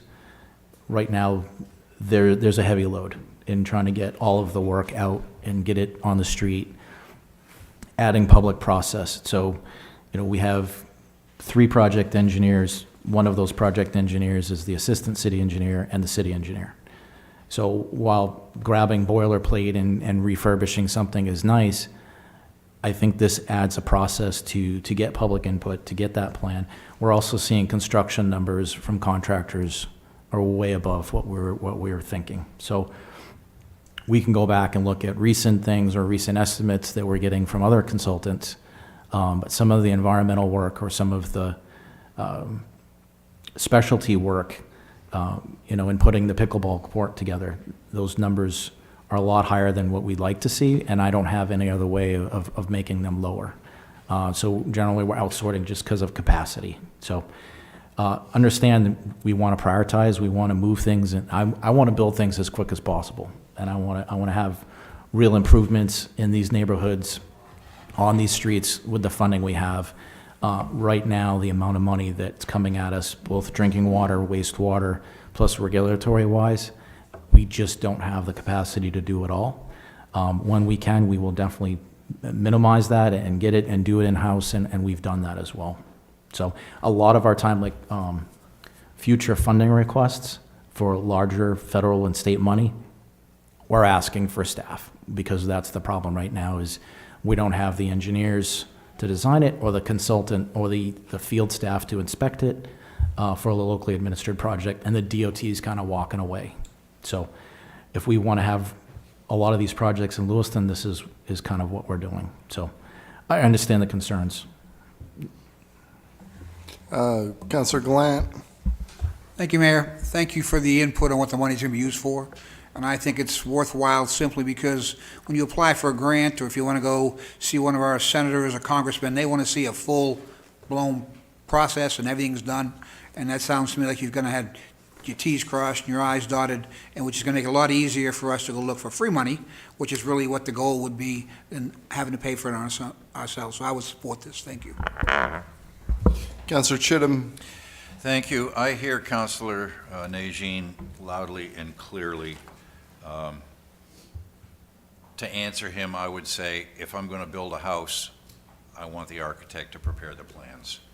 And you've said that we don't have the architect in-house, so if we're going to build the park the way the park needs to be built, I would prefer to see it be done and designed and a full set of plans.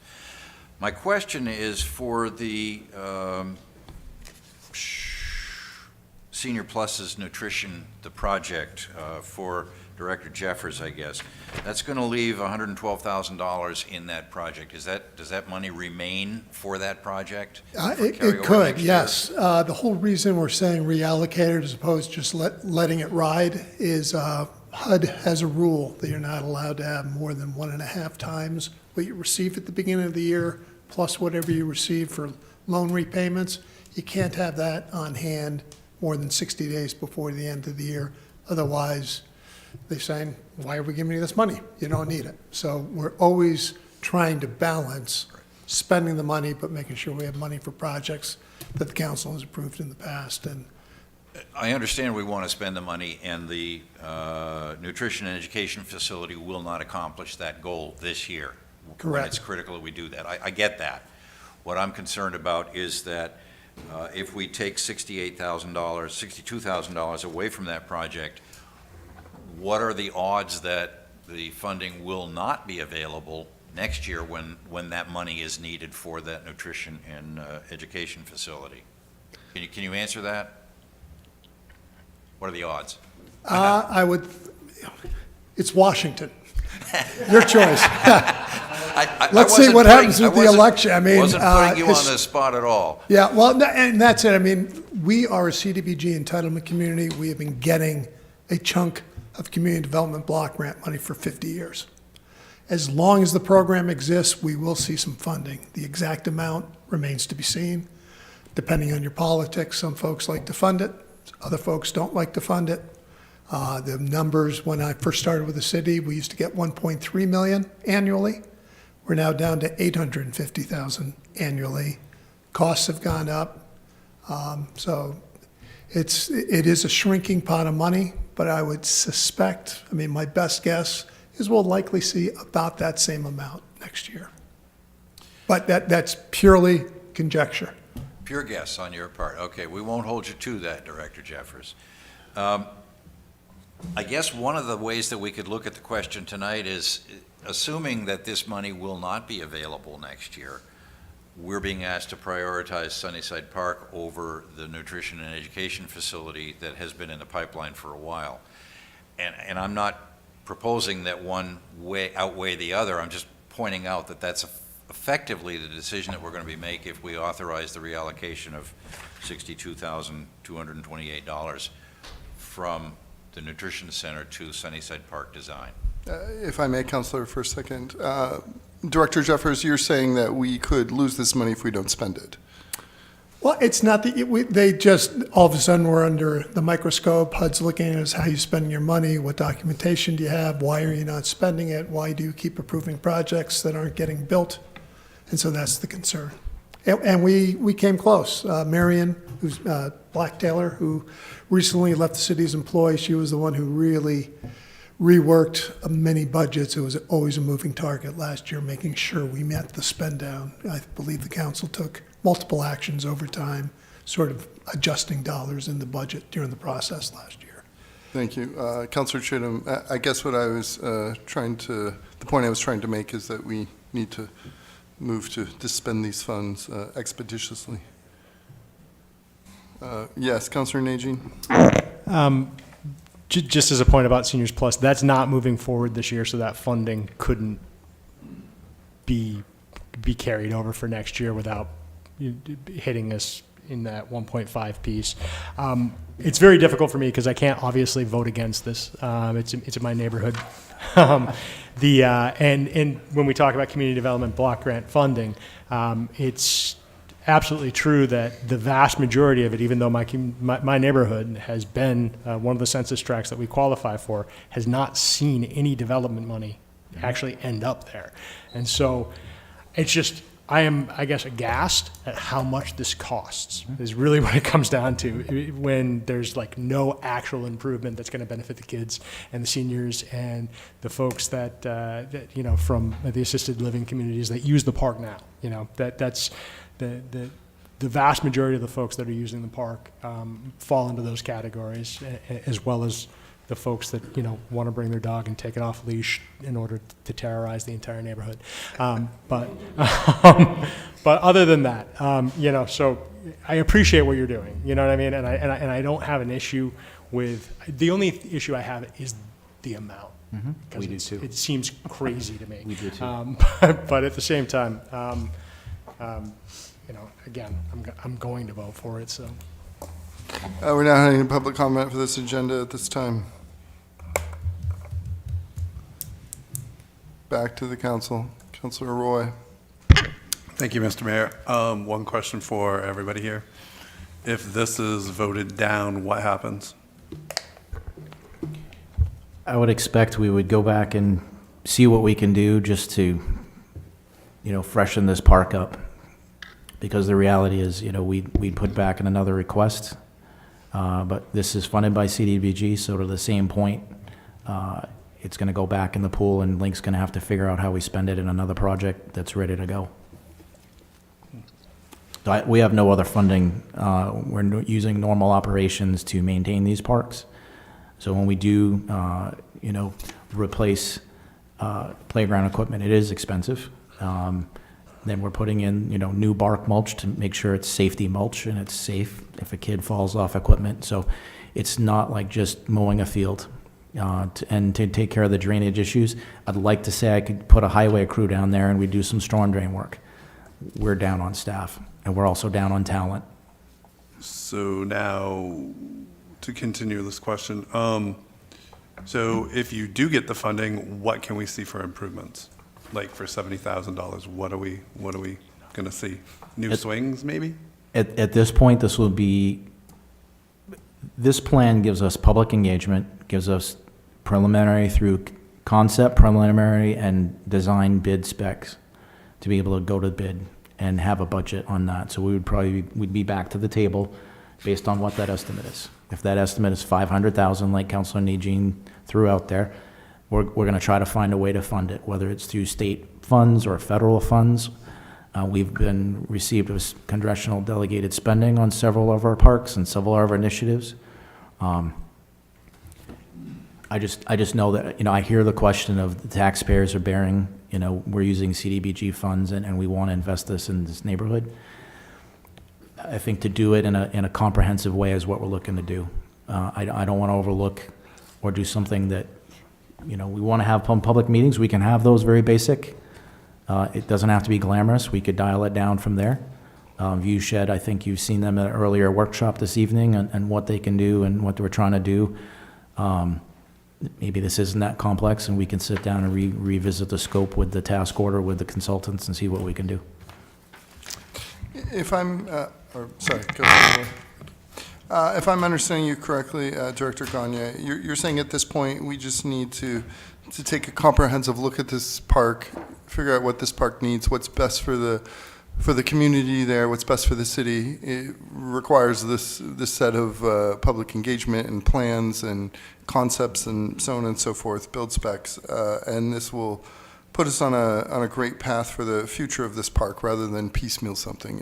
Am I accurate in saying that? In talking with Deputy Director Bates, this is how we want to make sure we're using all the uses, not just put it back a basketball court when people want pickleball or other issues, other plans for the park, other uses people would like to vision. And this funding here is for a plan. If we don't go this route, the money goes back. It can't be used to purchase a set of swings or whatever you can do with $70,000. It's for a plan. Right. A plan to do it right, so to speak. That's correct. Yeah. Okay. Councilor Najin.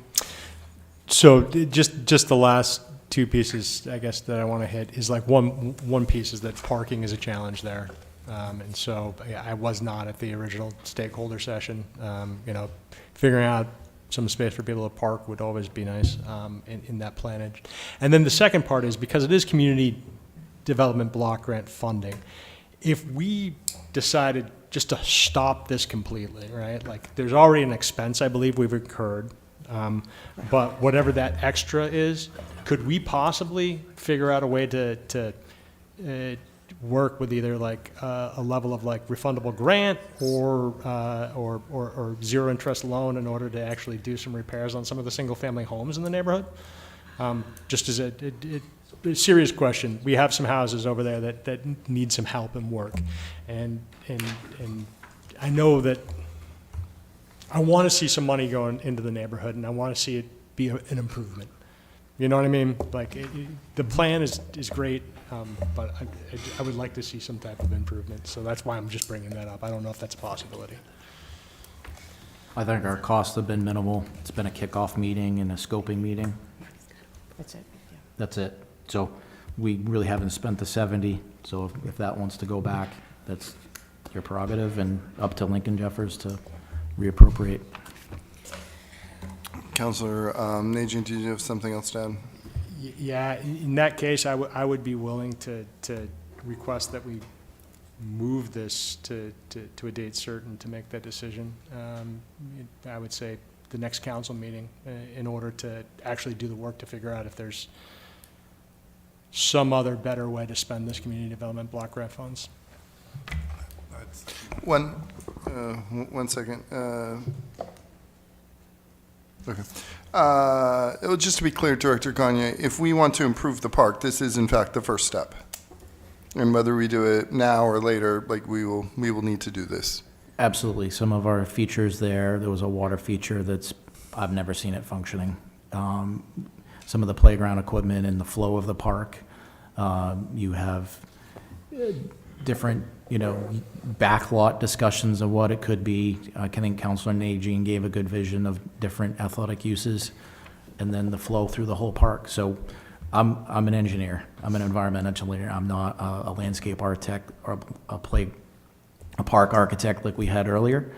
I think Megan Bates does a great job and has a background in recreation and open spaces, and you'll be looking at staff. I don't have any expertise on that, so unless we want to have some neighborhood meetings and come to consensus, you know, this helps, gives us that vision that right now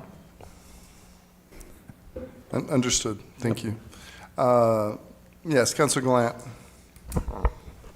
Thank you, Mayor. I guess I'm a little confused, maybe a lot. So, Councilor Najin, you would rather not have a park and fix a few houses for a few people to be better off than for the community to be better off? Because that's what you're proposing.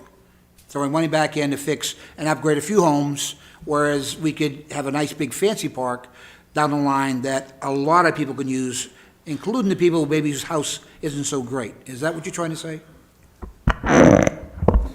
Councilor Najin. No, what I'm trying to say is that this amount of money is exorbitant for some community meetings, and ultimately, in my opinion, and ultimately, I want to see something happen in my neighborhood, and I would love to have it happen around the park, but I don't think I'm ready to make that decision right this second, because I do think that we can make this less expensive and still figure out a way to get good community engagement without necessarily exporting the services to a consulting firm. That's, you know, I'm just looking at that dollar amount and saying to myself, there's got to be a better way. There's got to be a simpler way. 1 second, Councilor Gallant. Director Gagne, can you please outline again what this money buys? Because I think it buys more than just community meetings, correct?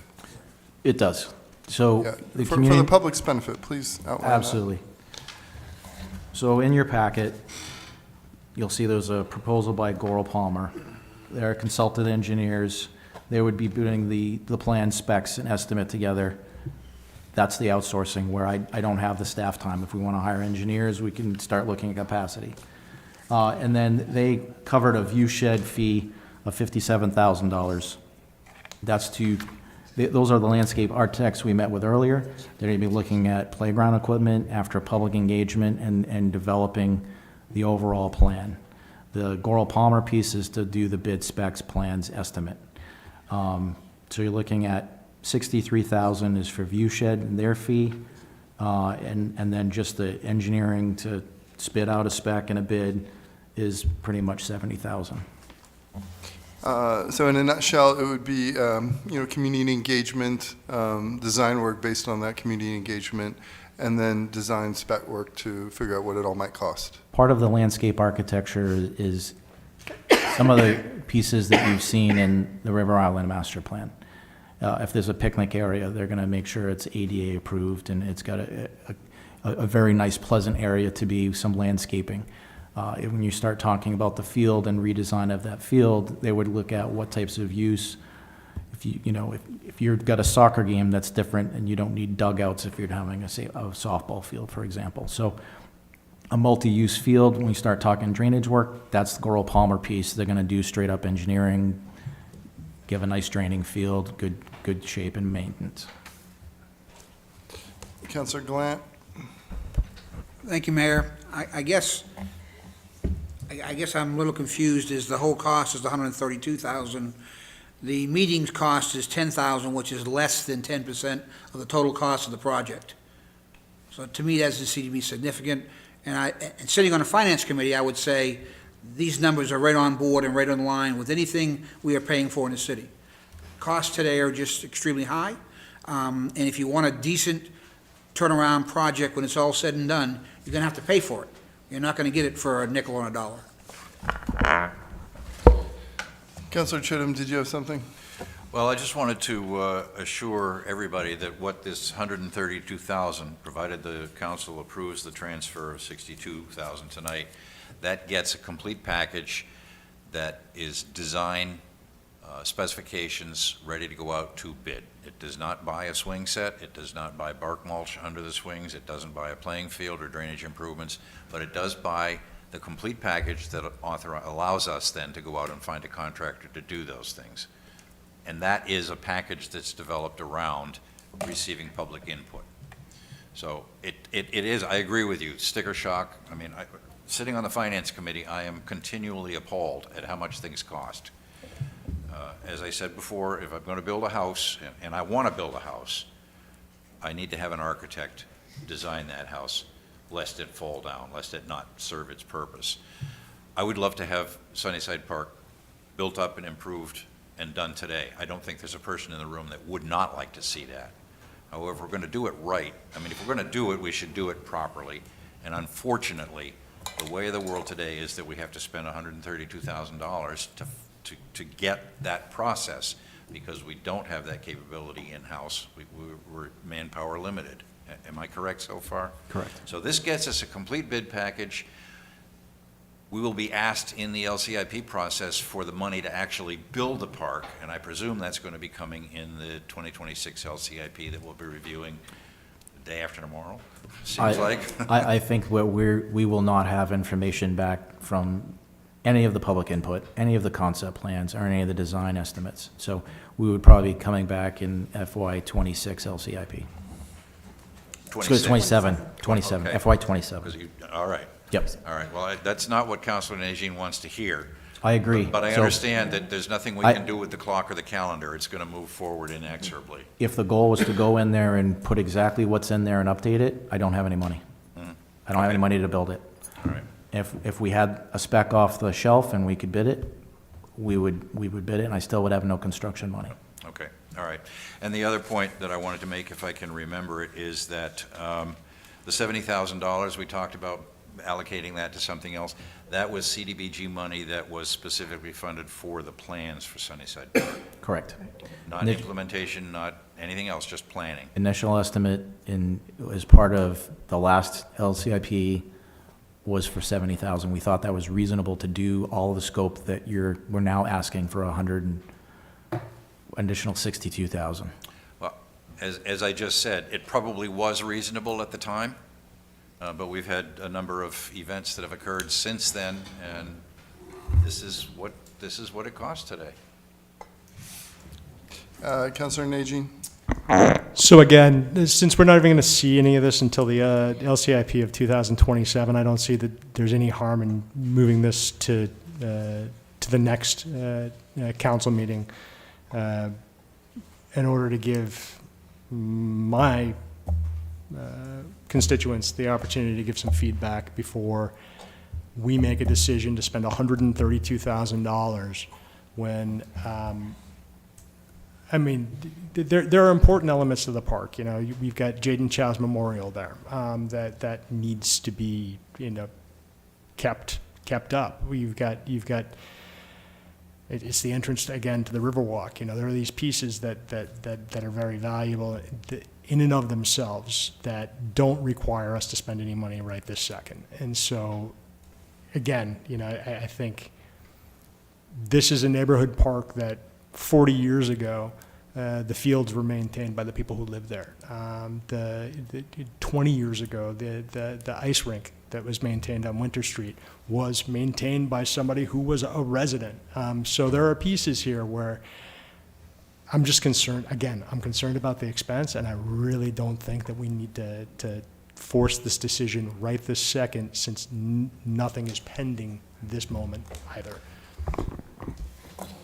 You know, one of the problems that we have as counselors is for a lot of the things here, we just have no frame of reference, right? Like, we say it's a lot of money, but what do we know? We're not engineers. We don't, like, you know, run these sorts of businesses. You know, I can certainly talk about the delivery cost of healthcare for people here, and people would say it's a lot of money, and I would just simply say that's what's required.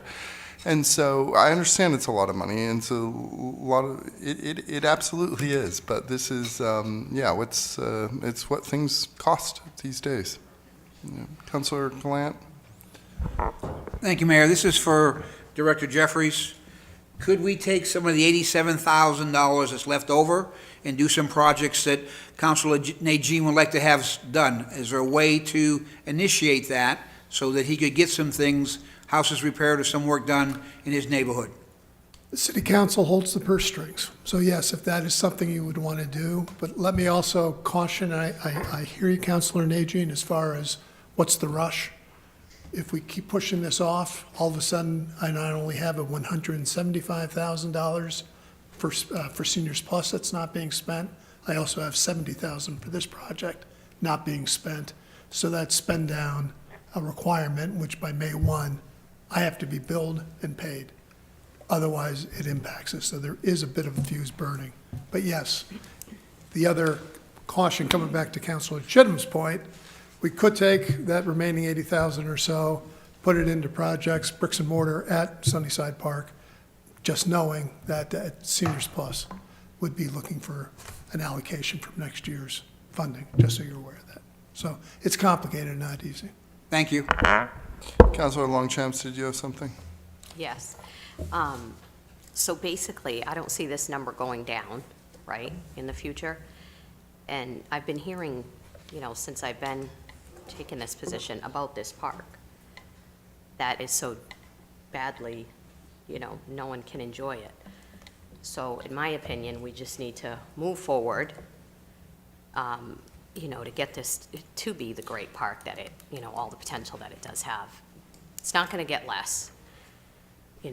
Things are just getting more and more expensive, and I think we need to just move it forward. Councilor Najin.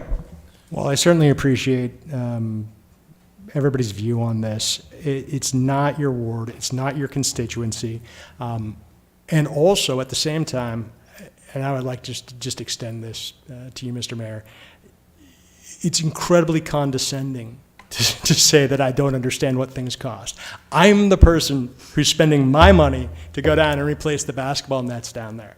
I know what it costs to buy things. I know what things cost. I understand that the municipal functioning is sometimes a little bit different, but again, I'm asking everybody to just move this to the next council meeting to allow me some time to communicate with the constituents in my ward who would be extremely upset at spending $132,000 of free money that isn't free, that doesn't actually give any benefit to the community without having their ability to say something first. That's all I'm saying. Further comments from the council? Anything further, Director Gagne? Nope. Deputy Director Bates? Director Jeffers? Madam Clerk, please call the vote. So if I could just ask for some clarification, Mr. Mayor? Yes. Because I believe earlier in the conversation, but please correct me if I'm wrong, Councilor Najin made a motion, seconded by Councilor Roy, to postpone action on this item to the next city council meeting, which is November 19th. Okay. So We will vote on that. So I believe that's the motion before you. Is that correct, Councilor? You made that motion, and it was seconded by Councilor Roy. So Thank you that for is that, the Madam- motion that is before you, again, is to postpone action on this item to the next city council meeting, which is November 19th. Thank you, Madam Clerk. Let's vote on that. Mr. Mayor, Yes, Councilor Chittum. that information, or refreshing my recollection, I do have a comment or question. Director Jeffers, is our next meeting 3 weeks or 2 weeks from now? November 19th. 3 weeks. I realize that there's a lot that needs to be done. We have a May 1st spend down date. That money has to be out of here by May 1st. A question for the three of you then. Is postponing a decision on this for 3 weeks putting any of that in jeopardy? I know what the spend down requirement is. I don't work with the contractors, so I would defer to Councilor, or to Kevin and Megan, knowing the time frame with which their contractor will be able to turn stuff around. So this, I don't believe this task order has been approved by the Finance Committee yet because we don't have adequate funding secured. So we would need to resolve the funding issue, then bring it to Finance Committee to be able to actually award the task order. Then we would reset the clock and go to task order 0, which is a kickoff meeting, or task order 1, actual kickoff meeting and start this discussion. I don't have a timeline here as far as weeks to complete. I would expect that the goal was to have it done to meet the CDBG spend down requirements. I would need to update on that. Actually, it says recorded, be completed with our master service agreement dated July 1. So I'd have to get back to you, but right now So here again, we're operating with imperfect information. I would just as soon postpone this for 3 weeks if it doesn't impact our ability to spend that money, which means that we have to have these deliverables in-house by April 15th at the latest, preferably April 1st. And I don't see a schedule in here from Goral Palmer as to what their timetable is. So at the risk of, well, there is a risk, and the risk is that if the timetable is extremely tight, and 4 weeks now, because we've got 3 weeks to a council meeting, and then the week following that for the finance committee, so we've added 4 weeks a month to the schedule, and none of us know whether that's impactful or not. Correct. So I'm inclined to listen to Councilor Najin and his concerns about having, despite the fact that his constituents are going to have 3 public meetings in which to voice their opinions and their views. I hear his argument that he wants to have input from his community now. So I don't know how to vote, because I don't know whether or not this puts us at risk for not being able to spend that money by May 1st. There was some confusion up here, Madam Clerk. We are voting on an amendment, and the question has not been moved, correct? The question hasn't been moved, and it's not technically an amendment. It's not an amendment to the main motion. It's taking the whole main motion, if it passes, taking the whole main motion and moving it forward. And it's technically, I believe, 5 weeks, Counselor. Okay. November 19th would be the next meeting. Right. Councilor, thank you, Madam Clerk. Yes, so we are not cutting off debate at this point. Councilor Glant. 2 questions. One would be for the director here. Do you pay them the whole amount of money at one time, or is it scheduled out? No, they'll invoice either monthly or every 2 weeks based on the level of effort. Right. There's no upfront cost on this, even if we were doing construction. Mobilization cost is usually the only thing paid up front. There's nothing in advance of this. It's services rendered on a monthly basis. So second question would be for Director Jeffries. If we give them $100,000 it is, and they don't spend it all because they haven't completed the work, is that a problem with the CBG reporting? Because don't you give it to them the same way, or are you going to give him the whole chunk of money and then you don't care no more? You understand what I'm saying? We would allocate it, but we report out to HUD on a monthly basis. Here's how much we've spent. Right, so if they had $132,000 and come May 1st, they only spent $32,000, in HUD's mind, you still have $100,000 on the books. And we would. And that would be the concern of pushing it off 5, 6, 7 weeks. Councilor Sol, or Councilor Longchamps, I apologize. So one of my concerns would be if the money then went to like fixing up houses, which is wonderful, but I don't know that we would even get contractors that could commit to doing that in such a small time frame. So I don't even know that that would be possible. That's just my opinion. What's your thought? I haven't been in the residential business for a while, but I know that we are end of construction season, depending on the type of winter. You're talking renovations through the winter that are possible. You're not talking about paving plants. You're talking about insulating, siding, roofing, windows. Those things have a lead time, so I imagine they would be able to work through the winter for that. Yeah, my concern would just be to even get contractors to commit, really. I think contractor availability overall, there's high demand. Yeah. Councilor Longchamps, are you? Yeah, that was it. Okay. Councilor Najin. So again, I mean, that was one thought or proposal that I was putting out. Again, what I'm asking for is to move this forward for 5 weeks so that I can make sure that I have feedback from my constituency that supports spending $132,000 for a plan that doesn't improve anything. The plan will improve things, but the plan doesn't improve anything. And that's without having those discussions with the people who will be in fact affected. That will look like foolish spending when there's money on the table that could possibly go into my neighborhood somewhere, right? And so there's conversations that have to be had with the people who live there. And I mean, drive down Whipple Street. Just do it. Like, see if your car makes it. You know, there's problems all over the neighborhood. And so when we're talking about spending $132,000 for just a plan for a park, when we're entitled to that money as part of the community development block grant census tracts that qualified originally, I think there's conversations that need to be, I need to be able to answer to the questions that are going to be asked of me before we pledge the money. That's all. Yep. And consideration of where this project at with timeline, I would say move it. I'm in support of moving it to November 19th, because at this point, if we were to award it, I'm not sure that we could actually get it done. So I have some own questions on this. So I'm not opposed if you want to move it to November 19th. We can either be back or we will move the funds and return the funds. Well, how can that be, Director Gagne? Because we have until, Director Jeffers, we have until when to spend this money? Till May 1st is when they take the chapter, 60 days before the end of the fiscal year.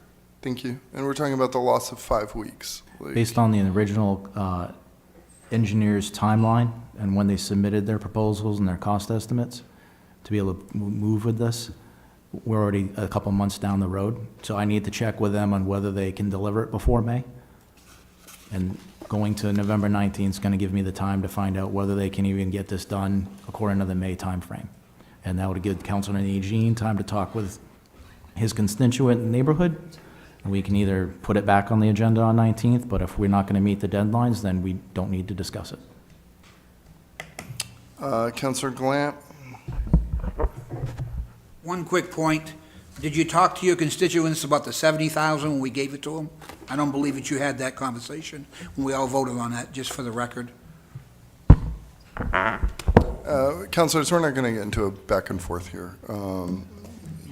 Unless you have something to add, that's not going to be a back and forth. Councilor Najin?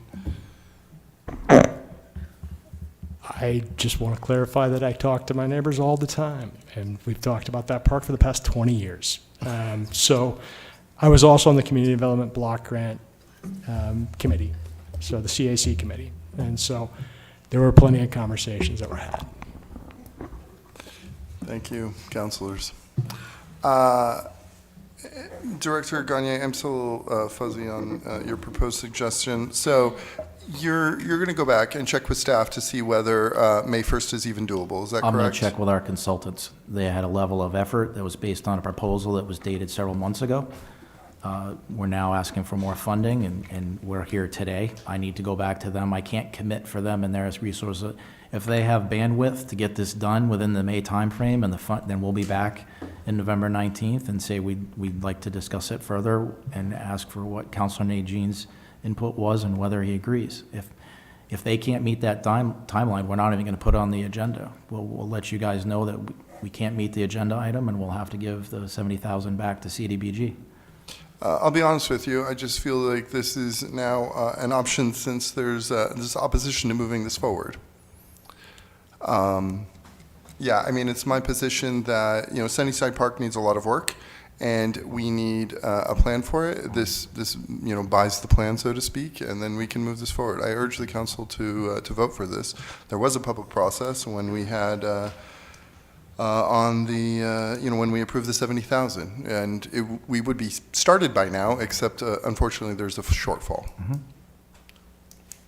Further comments before we go to a vote? Madam, yes, Councilor Najin. Again, and I understand that the entire city elected you, but the constituency that I represent and the neighborhood that I live in should have some feedback on what is happening. And unfortunately, the window from Friday's agenda packet to today, I've gotten a couple of comments, and they were both, that's a lot of money. And so, since nothing, in my opinion, is going to be changed by suspending this for 5 weeks, that's what I would like to see, regardless of what you would like to see. I guess I would also like to add that people all over the city use this park, not just people in Ward 1. Councilor Chittum. Yes, thank you. I'm in favor of delaying this 5 weeks with the understanding that Director Gagne will talk with Goral Palmer to see whether it's even feasible. Also, I would like to ask if the answer to that question is no, that Director Jeffers come back with another plan to use the $70,000 that would no longer be necessary if Goral Palmer cannot achieve the timeline that's necessary for us to meet our requirements under HUD. That would be the goal. We've already got a rehab program, to speak to Councilor on Aging's point, so it's a matter of people applying and taking advantage of it. It's working with Public Works, but it's finding we'll have about $250,000 that we'll need to reallocate. The council will need to reallocate, but we'll work to achieve that. All right, and we would then be faced 3 weeks from now with whether to reallocate the $70,000 or the $68,000, that's whatever's left, correct? Yeah, I'm not sure we'd be ready for that, and we've got to get our arms around where we stand right now as to spend down who's doing what's been put out the door. Thank you. Yep. Further comments or questions from the council? All the staff good? Madam Clerk, please call the vote. Sure, and just for clarification, Mr. Mayor, the motion before you is to postpone action on this item to the next city council meeting of November 19th. Counselor from Ward 4? Yes. Ward 5? Yes. 6? Yes. Ward 7? No. Ward 1? Yes. Ward 2? No. Ward 3? No. Motion passed by a vote of 4-3. Thank you. Thank you.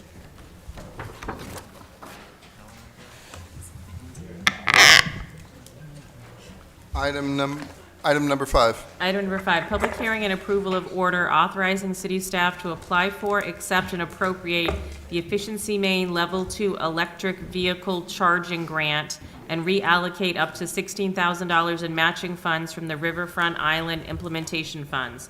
There are 2 items for requested action. The first item is to conduct a public hearing to receive comments regarding the grant application.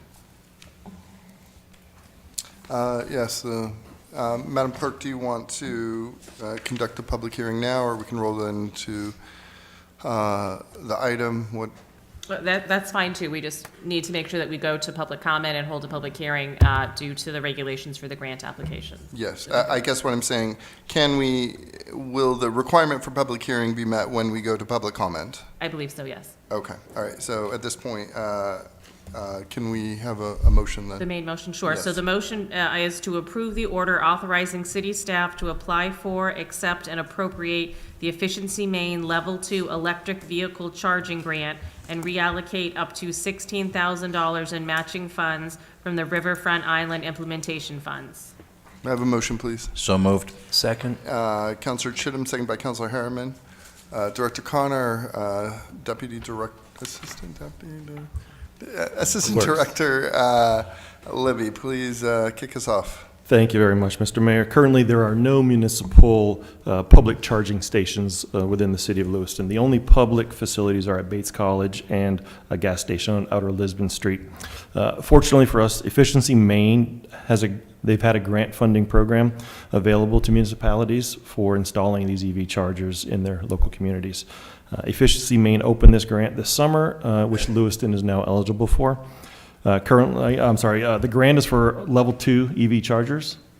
They're intended to serve the community members and visitors to the community. These are level 2 chargers. They're quasi-quick chargers. They're not the type that you see on the interstate or that you can plug in and get a very quick charge. They're meant for, folks coming downtown, plugging in and going to get a bite to eat, or going to a show, or running some errands. So that's the level 2 chargers.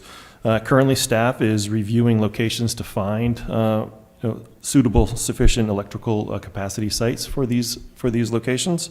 Right now, we've thrown out the Chestnut Garage, the Lincoln Street Garage, and the Oak Street Garage. So we're going to do a site visit with the city electrician, with one of the community members who's an expert in the field, and city staff. So we're going to be going to check those out as well.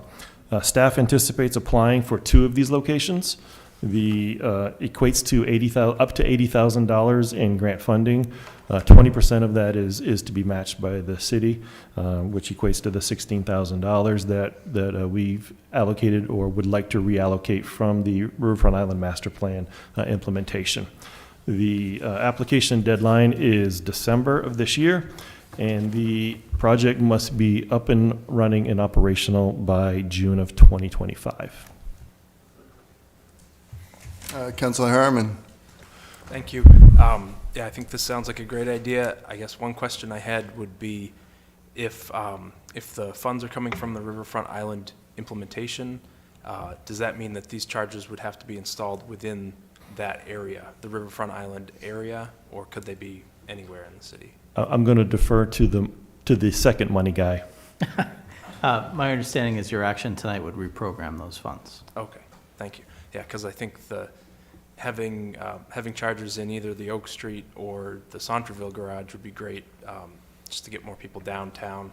The Lincoln Street and Chestnut Street garage would also be great, given the improvements that are going to be made down at Simard-Payne Park. But yeah, I think hitting both areas would be really good. Thanks. Councilor Najin. Just as a quick question on the Phase 2 chargers, do we have an understanding of the expense if we were going to modify those to the fast chargers at some point in time? I don't believe we haven't even gone out to bid and find out what that's going to cost yet. This is just the allocation. We've got some estimates from our sister city who's had some installed. Yep. But we have not had that. Gotcha. Our understanding from the initial review of the electrical infrastructure supporting the garages is that we have what we need for level 2 to go to level 1 fast charging. That requires a pretty substantial upgrade of electrical infrastructure to get the power into the units.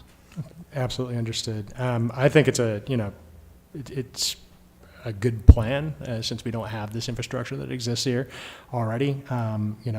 That means, Thomas Massey or Elon Musk wouldn't be able to, stop by. If you're going to rent a vehicle in Portland, maybe you can't stay in Lewiston for lunch. So there are pieces there where the infrastructure, I think, is super important. And when we see it in every community around us, I think it's when we're only paying 20% of it, I think it's a no-brainer. But Councilor Glant. Thank you, Mayor. I do like the idea. However, I don't like the location. What's to prevent somebody who works here drive in the morning and plug their car in and nobody can use it all day? I believe it's more exposed where people can come and go and use it would be a much better purpose. So I think I would like you to rethink location simply on that basis, because if I had an electric vehicle and I was walking distance from that garage, I'd plug it in all day. I wouldn't have to plug it at home, save some money, so I would like to think you consider somewhere more open where somebody could get it, maybe a location out here along our town hall somewhere, right, where people could walk to places. That's what I would think. Thank you. If I may, Mr. Mayor. So the thought process between those garages is these are going to be advertised on the EV vehicle websites, right? And we want folks that are coming up from the south or down from the north to see that we have these stations.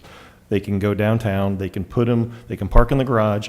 And oh, by the way, these are paid. These are not going to be free service. The users will pay for the service through credit cards. Part of the subscription plan for that back end infrastructure is also included that we're can get covered by the grant.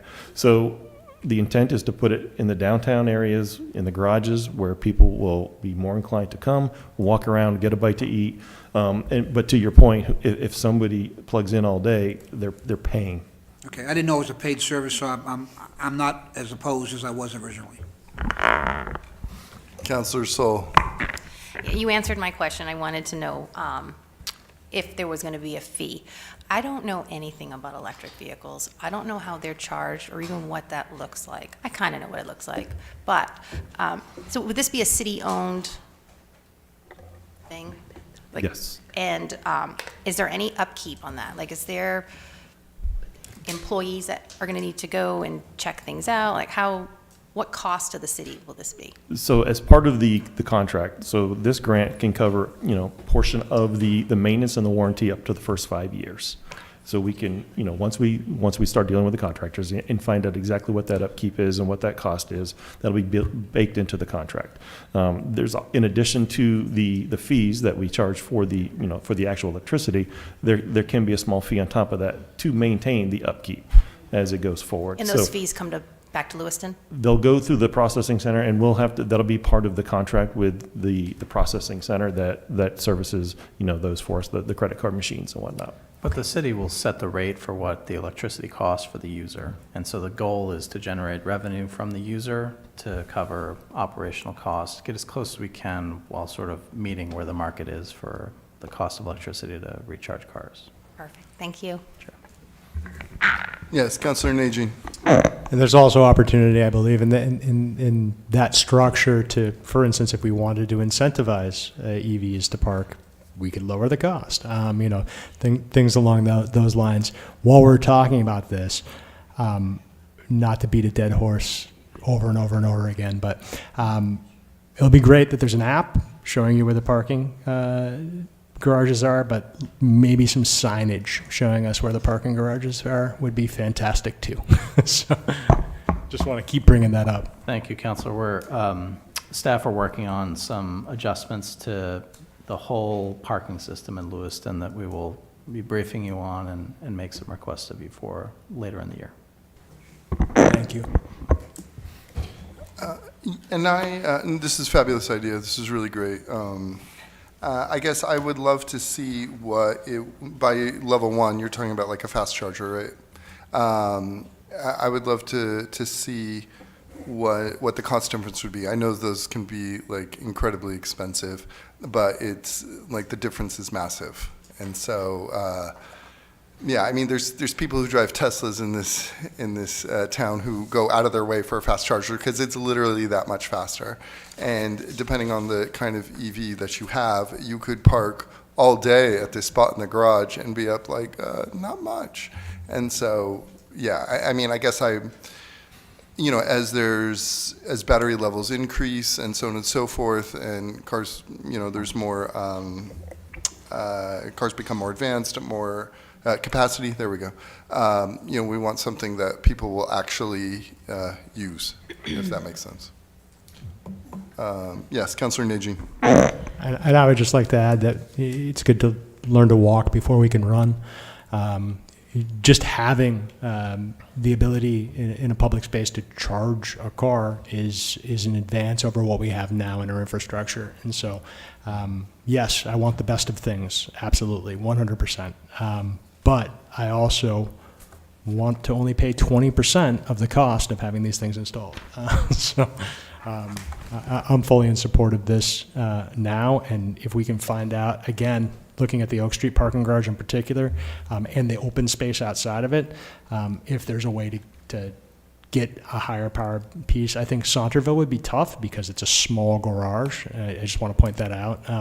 But maybe some of the public space, even though I wouldn't necessarily suggest that because it's for the businesses that are there. But, just wherever we put these facilities, I think having them is a big advance in comparison to what we have now. So, yeah. Councilor, we shared the interest in trying to figure out how we could make fast chargers work as part of this grant application, which is due very soon. I think cost to install the fast chargers was a piece of it. Cost to install the infrastructure to support the charger was a piece. And then the third, out of our control, is CMP's electricity flow through the city and where there is excess supply and where there is not. A lot of the downtown really does not have a lot of excess supply at this time, and so that's another limiting factor. And the requirement is a minimum of 4 units per location. So there's going to be 8 of these, at 2 different sites. So, you're talking, if you go to the fast charging, the expense, it went up fast. No pun intended.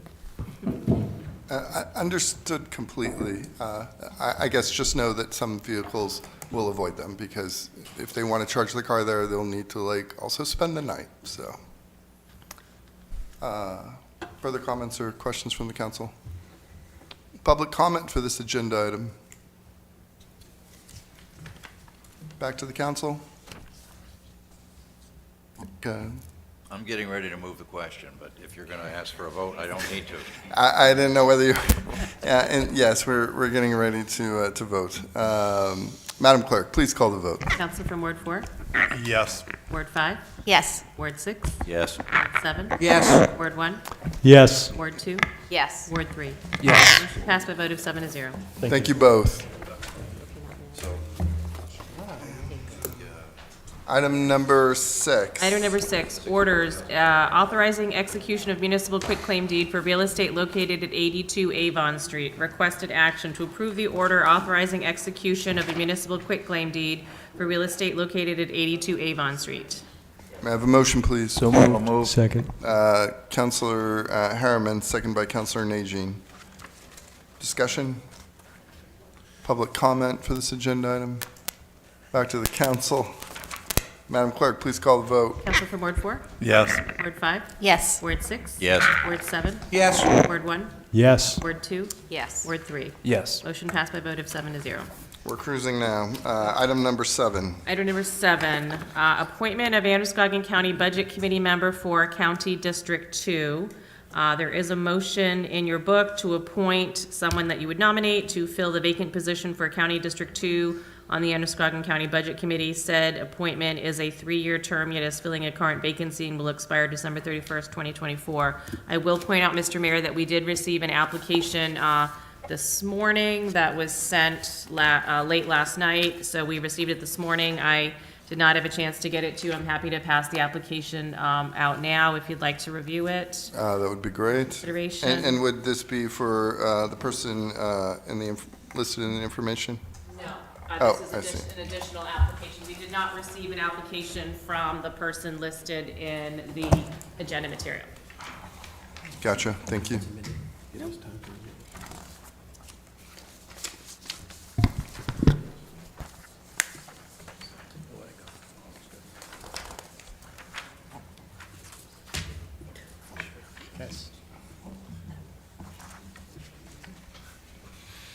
Yes, discussion about nominations. Councilor Najin. I would just like to put forward that this application unfortunately was not in the agenda packet. And so therefore, quite a few people in the general public don't know about it. And therefore, the ability for the public to comment has not happened. Thank you. Is that a nomination? I'm just making the comment because we're talking about process and transparency and governance, so. Understood. Okay, thank you. Just clarifying. Councilor Roy. Thank you. To be honest, this is the only application I see. Is there another application? Madam Clerk, can you confirm, is this the only application at this point? That is the only application we've received. We did, if you see in your council agenda material, Councilor Longchamps did submit the name of a person in District 2, and we were awaiting her application. We have not received it as of yet. Thank you. Councilor Chittum. We may be in trouble here. Because the Budget Committee, Androscoggin County Budget Committee, has already, without sanction of the Lewiston City Council, appointed Ayla Ashley Karen to the Androscoggin County Budget Committee as the citizen or the resident representative from Ward District 2. So I don't know who did what, but Follow the charter. Well, Mr. Roy may be able to elaborate on this. I've got my head full trying to understand what's going on in Lewiston without also getting the county involved. Point of information, the County Budget Committee has already nominated and endorsed the membership of Ms. Karen to the Androscoggin County Budget Committee. Thank you for that. New information, Councillor Chittum. Madam Clerk, what are your thoughts on that? Are they able to do that? I have no idea, to be honest, because that would be the county charter process, so that does not cover Lewiston. We were notified by the county several months ago about this vacancy. We've advertised for quite a bit. We received no applications from folks who were in the correct district. I think we received 1 or 2 applications from Lewiston residents, but they were not residents of District 2 in the county, so therefore were not eligible. So we have been constantly advertising, and then Councillor Longchamps emailed last week, I think it was, with the name of Miss Karen. So we put it on the agenda as an item for appointment. It's news to me that the County Budget Committee has taken action, but I couldn't comment one way or the other because that's county regulations and process and not city, so I don't know. As far as I knew, it was still an opening that the county was waiting for the council to fill, but that may be old news at this point. Given that, I urge the council to maybe table this until we can check in with the county and see where we're at. Councillor Nagy. Well, I would just like to throw out that I'm pretty sure that the county charter overrides the city charter, and that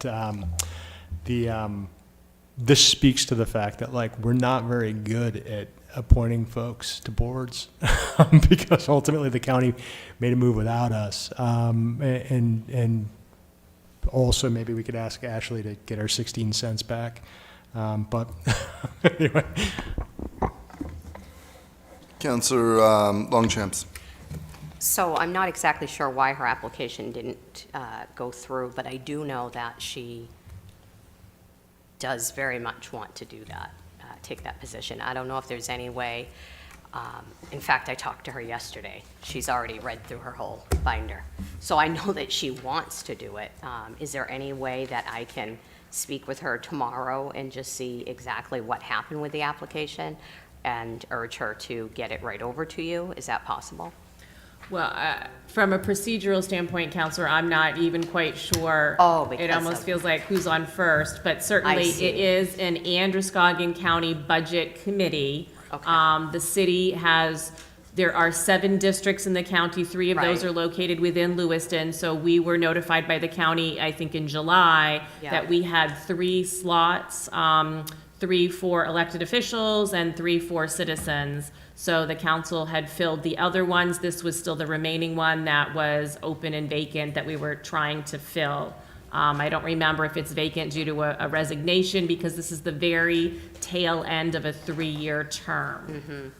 So I believe it was due to a resignation of the former resident who held that seat, and we've been looking for someone to fill it again, is my understanding. Yes, Councillor Chittum. Thank you. I don't think it would do any harm to ask Aaliyah. Ms. Karen to submit an application. Whether that would be necessary or not requires somebody, and I'm happy to do it for my own information, to take a close look at the county charter and confirm what Mr. Roy appears to be saying, that this is entirely appropriate for the Budget Committee to nominate these people. I'm sure somebody else should be taking a look at that as well, because I do make mistakes. Councillor Glant.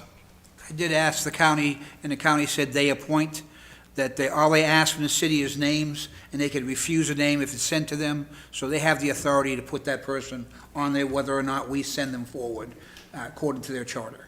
So I did request to get that information prior to this happening. Just in the interest of procedure, we will go to public comment for this agenda item at this point. Matt Roy, Ward 3. Councillor Chittum, thank you for listening to what I said the last time when the council appointed you to the vacancy in District 3. But yes, as Councilor Gaunt said, the only time you guys actually get a vote is at the beginning of the 3-year term, which the new commission come January, well, actually next spring, is going to start this all over again, so, because of the 3-year cycle, so. Yeah, so, as Councilor Gaunt said, the county charter is clear. Only the budget committee has the power to fill a vacancy. Although, well, there's other issues with the budget committee this year, but it is not uncommon in the last decade or so for a vacancy to actually, for a seat to be vacant the whole cycle in the fall. So yes, yeah. Well, you know, and the county has the same issue that, you know, City Hall has had. You know, this revolving door of administration. We had it, you know, the county administrator resigned, or retired actually. The treasurer got appointed for a while, couldn't find her replacement, so she went back. Then we had the sheriff as an interim, and now we have the former jail administrator running the county. You know, all people that I know based on, you know, my 4-year term, but the county charter is clear. You have no power unless it's the caucus when they act, after the commissioners hold the caucus and they send you the ballots. So there's no need to table this, and Councilor Gaunt is right. Further public comment? Back to the council. So, one second, Councilor Najin. Madam Clerk, so what is your recommendation? It sounds like this agenda item can simply be withdrawn from the agenda. Okay. It sounds like it's taken care of through another jurisdiction for their regulations. And what would be the process for withdrawing this agenda item? That is a good question. Perhaps the people who moved it and then seconded it. We actually did not get that far, Mr. Mayor, because we were looking for nominations. That's right, yes, yes. We could just pretend this whole thing didn't happen. Councilor Najin. I move that we table this agenda item indefinitely. Second. I'll second that. Okay. Further discussion on this? Thank you, councilors. Wait, Councilor Salt, did you have something? Oh, okay. Madam Clerk, please call the vote. Council from Ward 4? Yes. 5? Yes. Ward 6? Yes. Ward 7? Yes. Ward 1? Yes. Ward 2? Yes. Ward 3? Yes. Motion passed by a vote of 7-0. We are now up to reports and updates. Councilor Glant. Please use your mic. Thank you. Sorry, I got yelled at that already a couple times from my committee. The seniors, we're moving forward. We picked up a new person, and we believe there should be another one coming, which will allow us to be within one of a full body and hope to have all of our elections done at our next meeting and all of our required paperwork. So that's where we stand at this particular point. We had a review of the survey we did for the city, and we're going to bring that forward sometime in January for you all to see on what people really wanted in Lewiston and what their expectations were, and give you the results. Further reports and updates from the council. Councilor Chittum. Thank you. I'd like to report that the Auburn-Lewiston Airport cut the ribbon on its new self-dispensing fuel, avgas, not jet fuel, but avgas is now available 24/7. Just the way you fuel up your car. That's a big plus for Auburn-Lewiston Airport. That occurred on Saturday at 8 o'clock in the morning on a weekend. Thank you, Mr. Mayor, for your comments during that. I'd also like to report that see if I can get this correct, the Lake Auburn Watershed Protection Commission is embarking on a program that will require, or actually the City Council has required inspections on all septic systems within the watershed. The Watershed Protection Commission is working on a program that will fund those inspections up to a certain amount for the homeowners that are required to have them every 5 years. The funding would apply for the first inspection only, and presumably homeowners on the 6th and 11th and so on years would be paying for these required inspections themselves. that program is still in work. We did discuss it at our last meeting, and it'll be on the agenda again at our next meeting. Thank you. Further reports and updates from the council. We are now up to new business. Should there be, yes, Councilor Gallant. So Please use your, yes, thank you. So I have a problem. We have a problem, I guess that's better to put it. First, I'm trying to get clarification on who authorized to paint all the different things in the city and whether or not they were reviewed by anyone in the city. Over at the hospital, I'll pass this down, there's a mushroom called mushies. That's a slang term for a drug. And I think it's inappropriate in our city with the drug problems we have to have that posted there.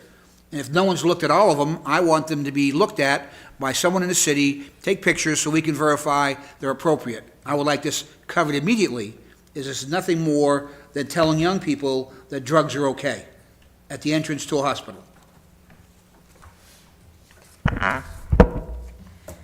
Thank you, Councilor Gallant. Mr. Mayor?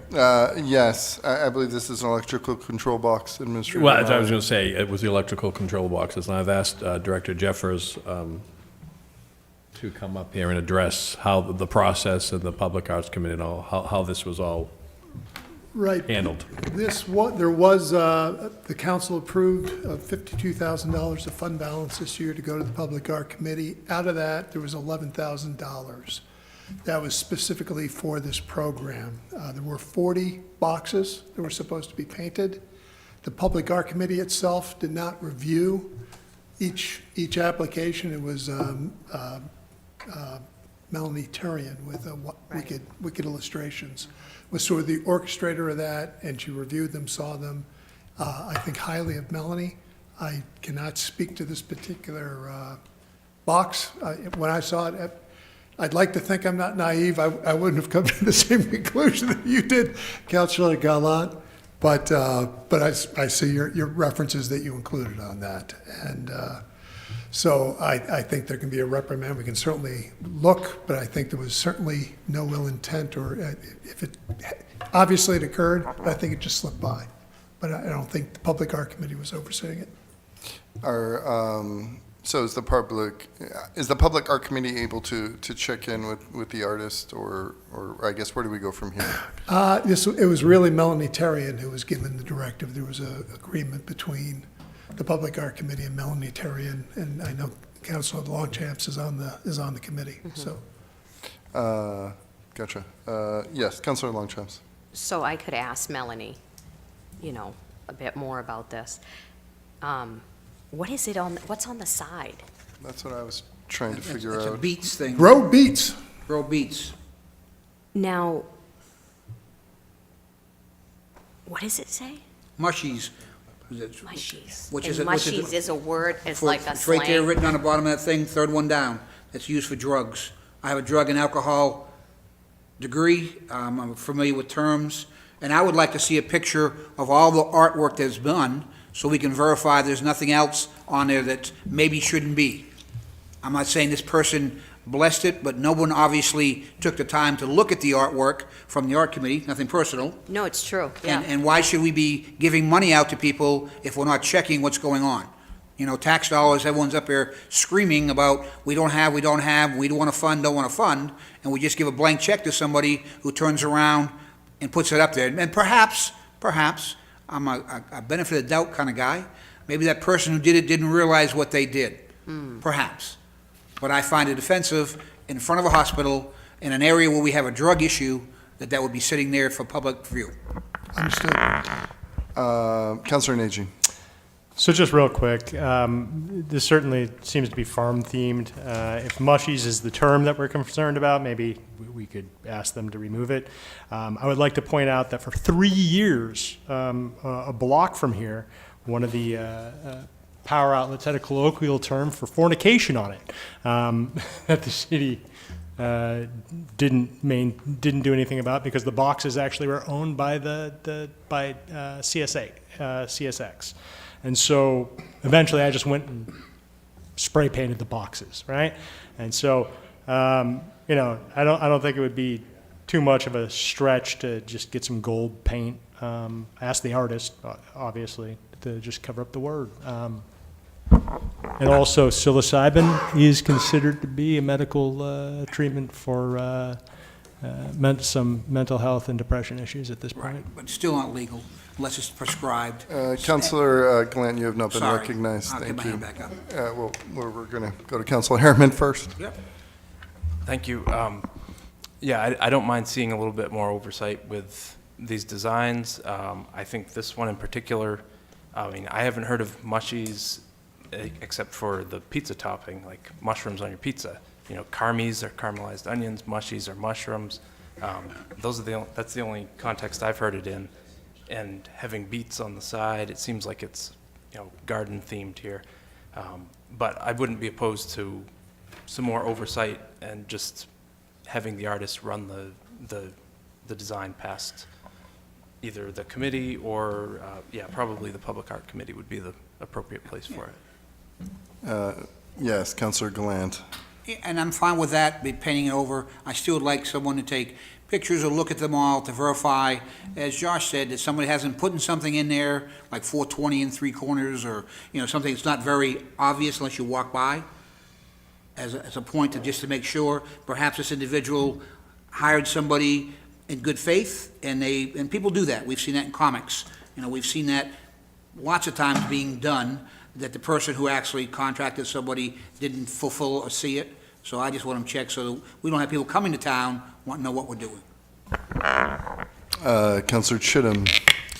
Thank you. This opens the door to all kinds of questions. While I agree with Councilor Gallant's concern about having what someone considers inappropriate art in the public forum, at what point, where do we draw the line? Where does censorship begin? I recognize that this case may be a little bit different because we actually paid for it, but I'm concerned about us walking down this censorship road and what is acceptable and what is not acceptable. I caution us in that regard. I don't have any recommendations, but I do point out that if we start saying that art is not acceptable, then we need to have a pretty damn good definition of what is acceptable. Councilor Longchamps. I think it would be, you know, the best thing would be is to go back to Melanie and have her get a hold of the artists that did this particular piece and just ask what their thoughts were. Then I could bring it back to you and then see where we go from there, if that would be acceptable. Councilor Najin. Maybe we should make all of the power boxes in the city the purview of the Historic Review Board. Just kidding. Ultimately, I think this particular situation is perhaps just an accident. I agree 100% that there probably should be some level of somebody on the city side saying, or the committee, the Public Art Committee saying, this is okay, so if it's not, then we can go back and say, hey, we can, say, Public Art Committee, why'd you approve this, right? But ultimately, I don't think this was malicious intent personally. That's all. Yeah, no, I agree with Councilor Najin's assessment, especially given that there's a beat on the other side that it's... They get you high, so... What's that? They get you high. Just beware. No, I'm kidding. Okay. We normally put beets in soup, but along with mushrooms. And so, yeah, I think, Councilor Najin take that this is farm-themed related, I think is a fair guess here. Yes, we can go back to the artist, and I do agree with Councilor Chittum, the slippery slope of what is art. And I mean, listen, there's, you can drive around town right now and see graffiti with slang and swear words and everything else. And if there were mushrooms on this side of this control box, I mean, I don't think we're doing so bad. But Councilor Gallant, yes. I won't comment on your last, Mr. Mayor, having a degree in something you obviously don't. However, I want to say that I think the artists and people who did some fantastic work, I have seen some really nice stuff out there, so I'm not trying to badger the work that was done, and could very well have been done by mistake, which I believe in, but I still think it should be corrected. Thank you. Thank you, Director Jeffers. At this point, I think the course of action is to have Councilor Longchamps check in, and then we'll go from there. Are we agreeable to that? Sounds good. Yeah. I'm sorry, what, Councilor Glant? Somebody to look at them, verify there's no other problems out there. And now that Right, most of them are done, you know, the majority of them are done, I'm pretty sure they do have pictures, so, you know. Yeah, most of the Just a matter pictures. of me asking at this point. Yeah, most of the pictures have been posted online. I Yeah. posted some myself. I have not seen that particular one. Councilor Nagy. I was just wondering, is it part of the Bates Public Art website? Like, they might actually have, Bates has a public art website where all of the public art is, and they might actually have a copy of all of the, just putting that out there. I'll ask. Yeah, I didn't know Bates had one. I knew LA Arts had a sort of place as well, so I guess they both do. But we can check. I mean, I know I've seen a bunch of images for it, so. There's a beautiful sea turtle at the end of the street here, so. Further new business before we adjourn? Mr. Mayor, Oh, yes. Administrator O'Malley? I've been asked to bring up the One Lewiston commemoration. I can't say that word. Commemoration, thank you, it's getting late. Oh, yes, please. October 25th is going to be held at the Coliseum at 6 p.m. And if folks want any information on that, there are going to be shuttle buses provided from a couple of our parking garages. You can go to onelewiston.org to get that information. But it is October 25th, 6 p.m. at the Coliseum. I believe doors open at 4. I believe they do, yes. But all that information can be found on the onelewiston.org website. Thank you. Councilor Nagy? I was just going to say thank you very much for that update for the public. Thank you. Motion to adjourn. I move we. Second. Second by Councilor Nagy. Madam Clerk, please call the vote. Counsel from Ward 4? Yes. Ward 5? Yes. Ward 6? Yes. Ward 7? Yes. Ward 1? Yes. Ward 2? Yes. Ward 3? Yes. Motion passed by a vote of 7-0. Thank you, Lewiston. Thanks for sticking with us, and have a wonderful evening. Good night. I'll go lock the door. I'll stop moving it. I'll go and get.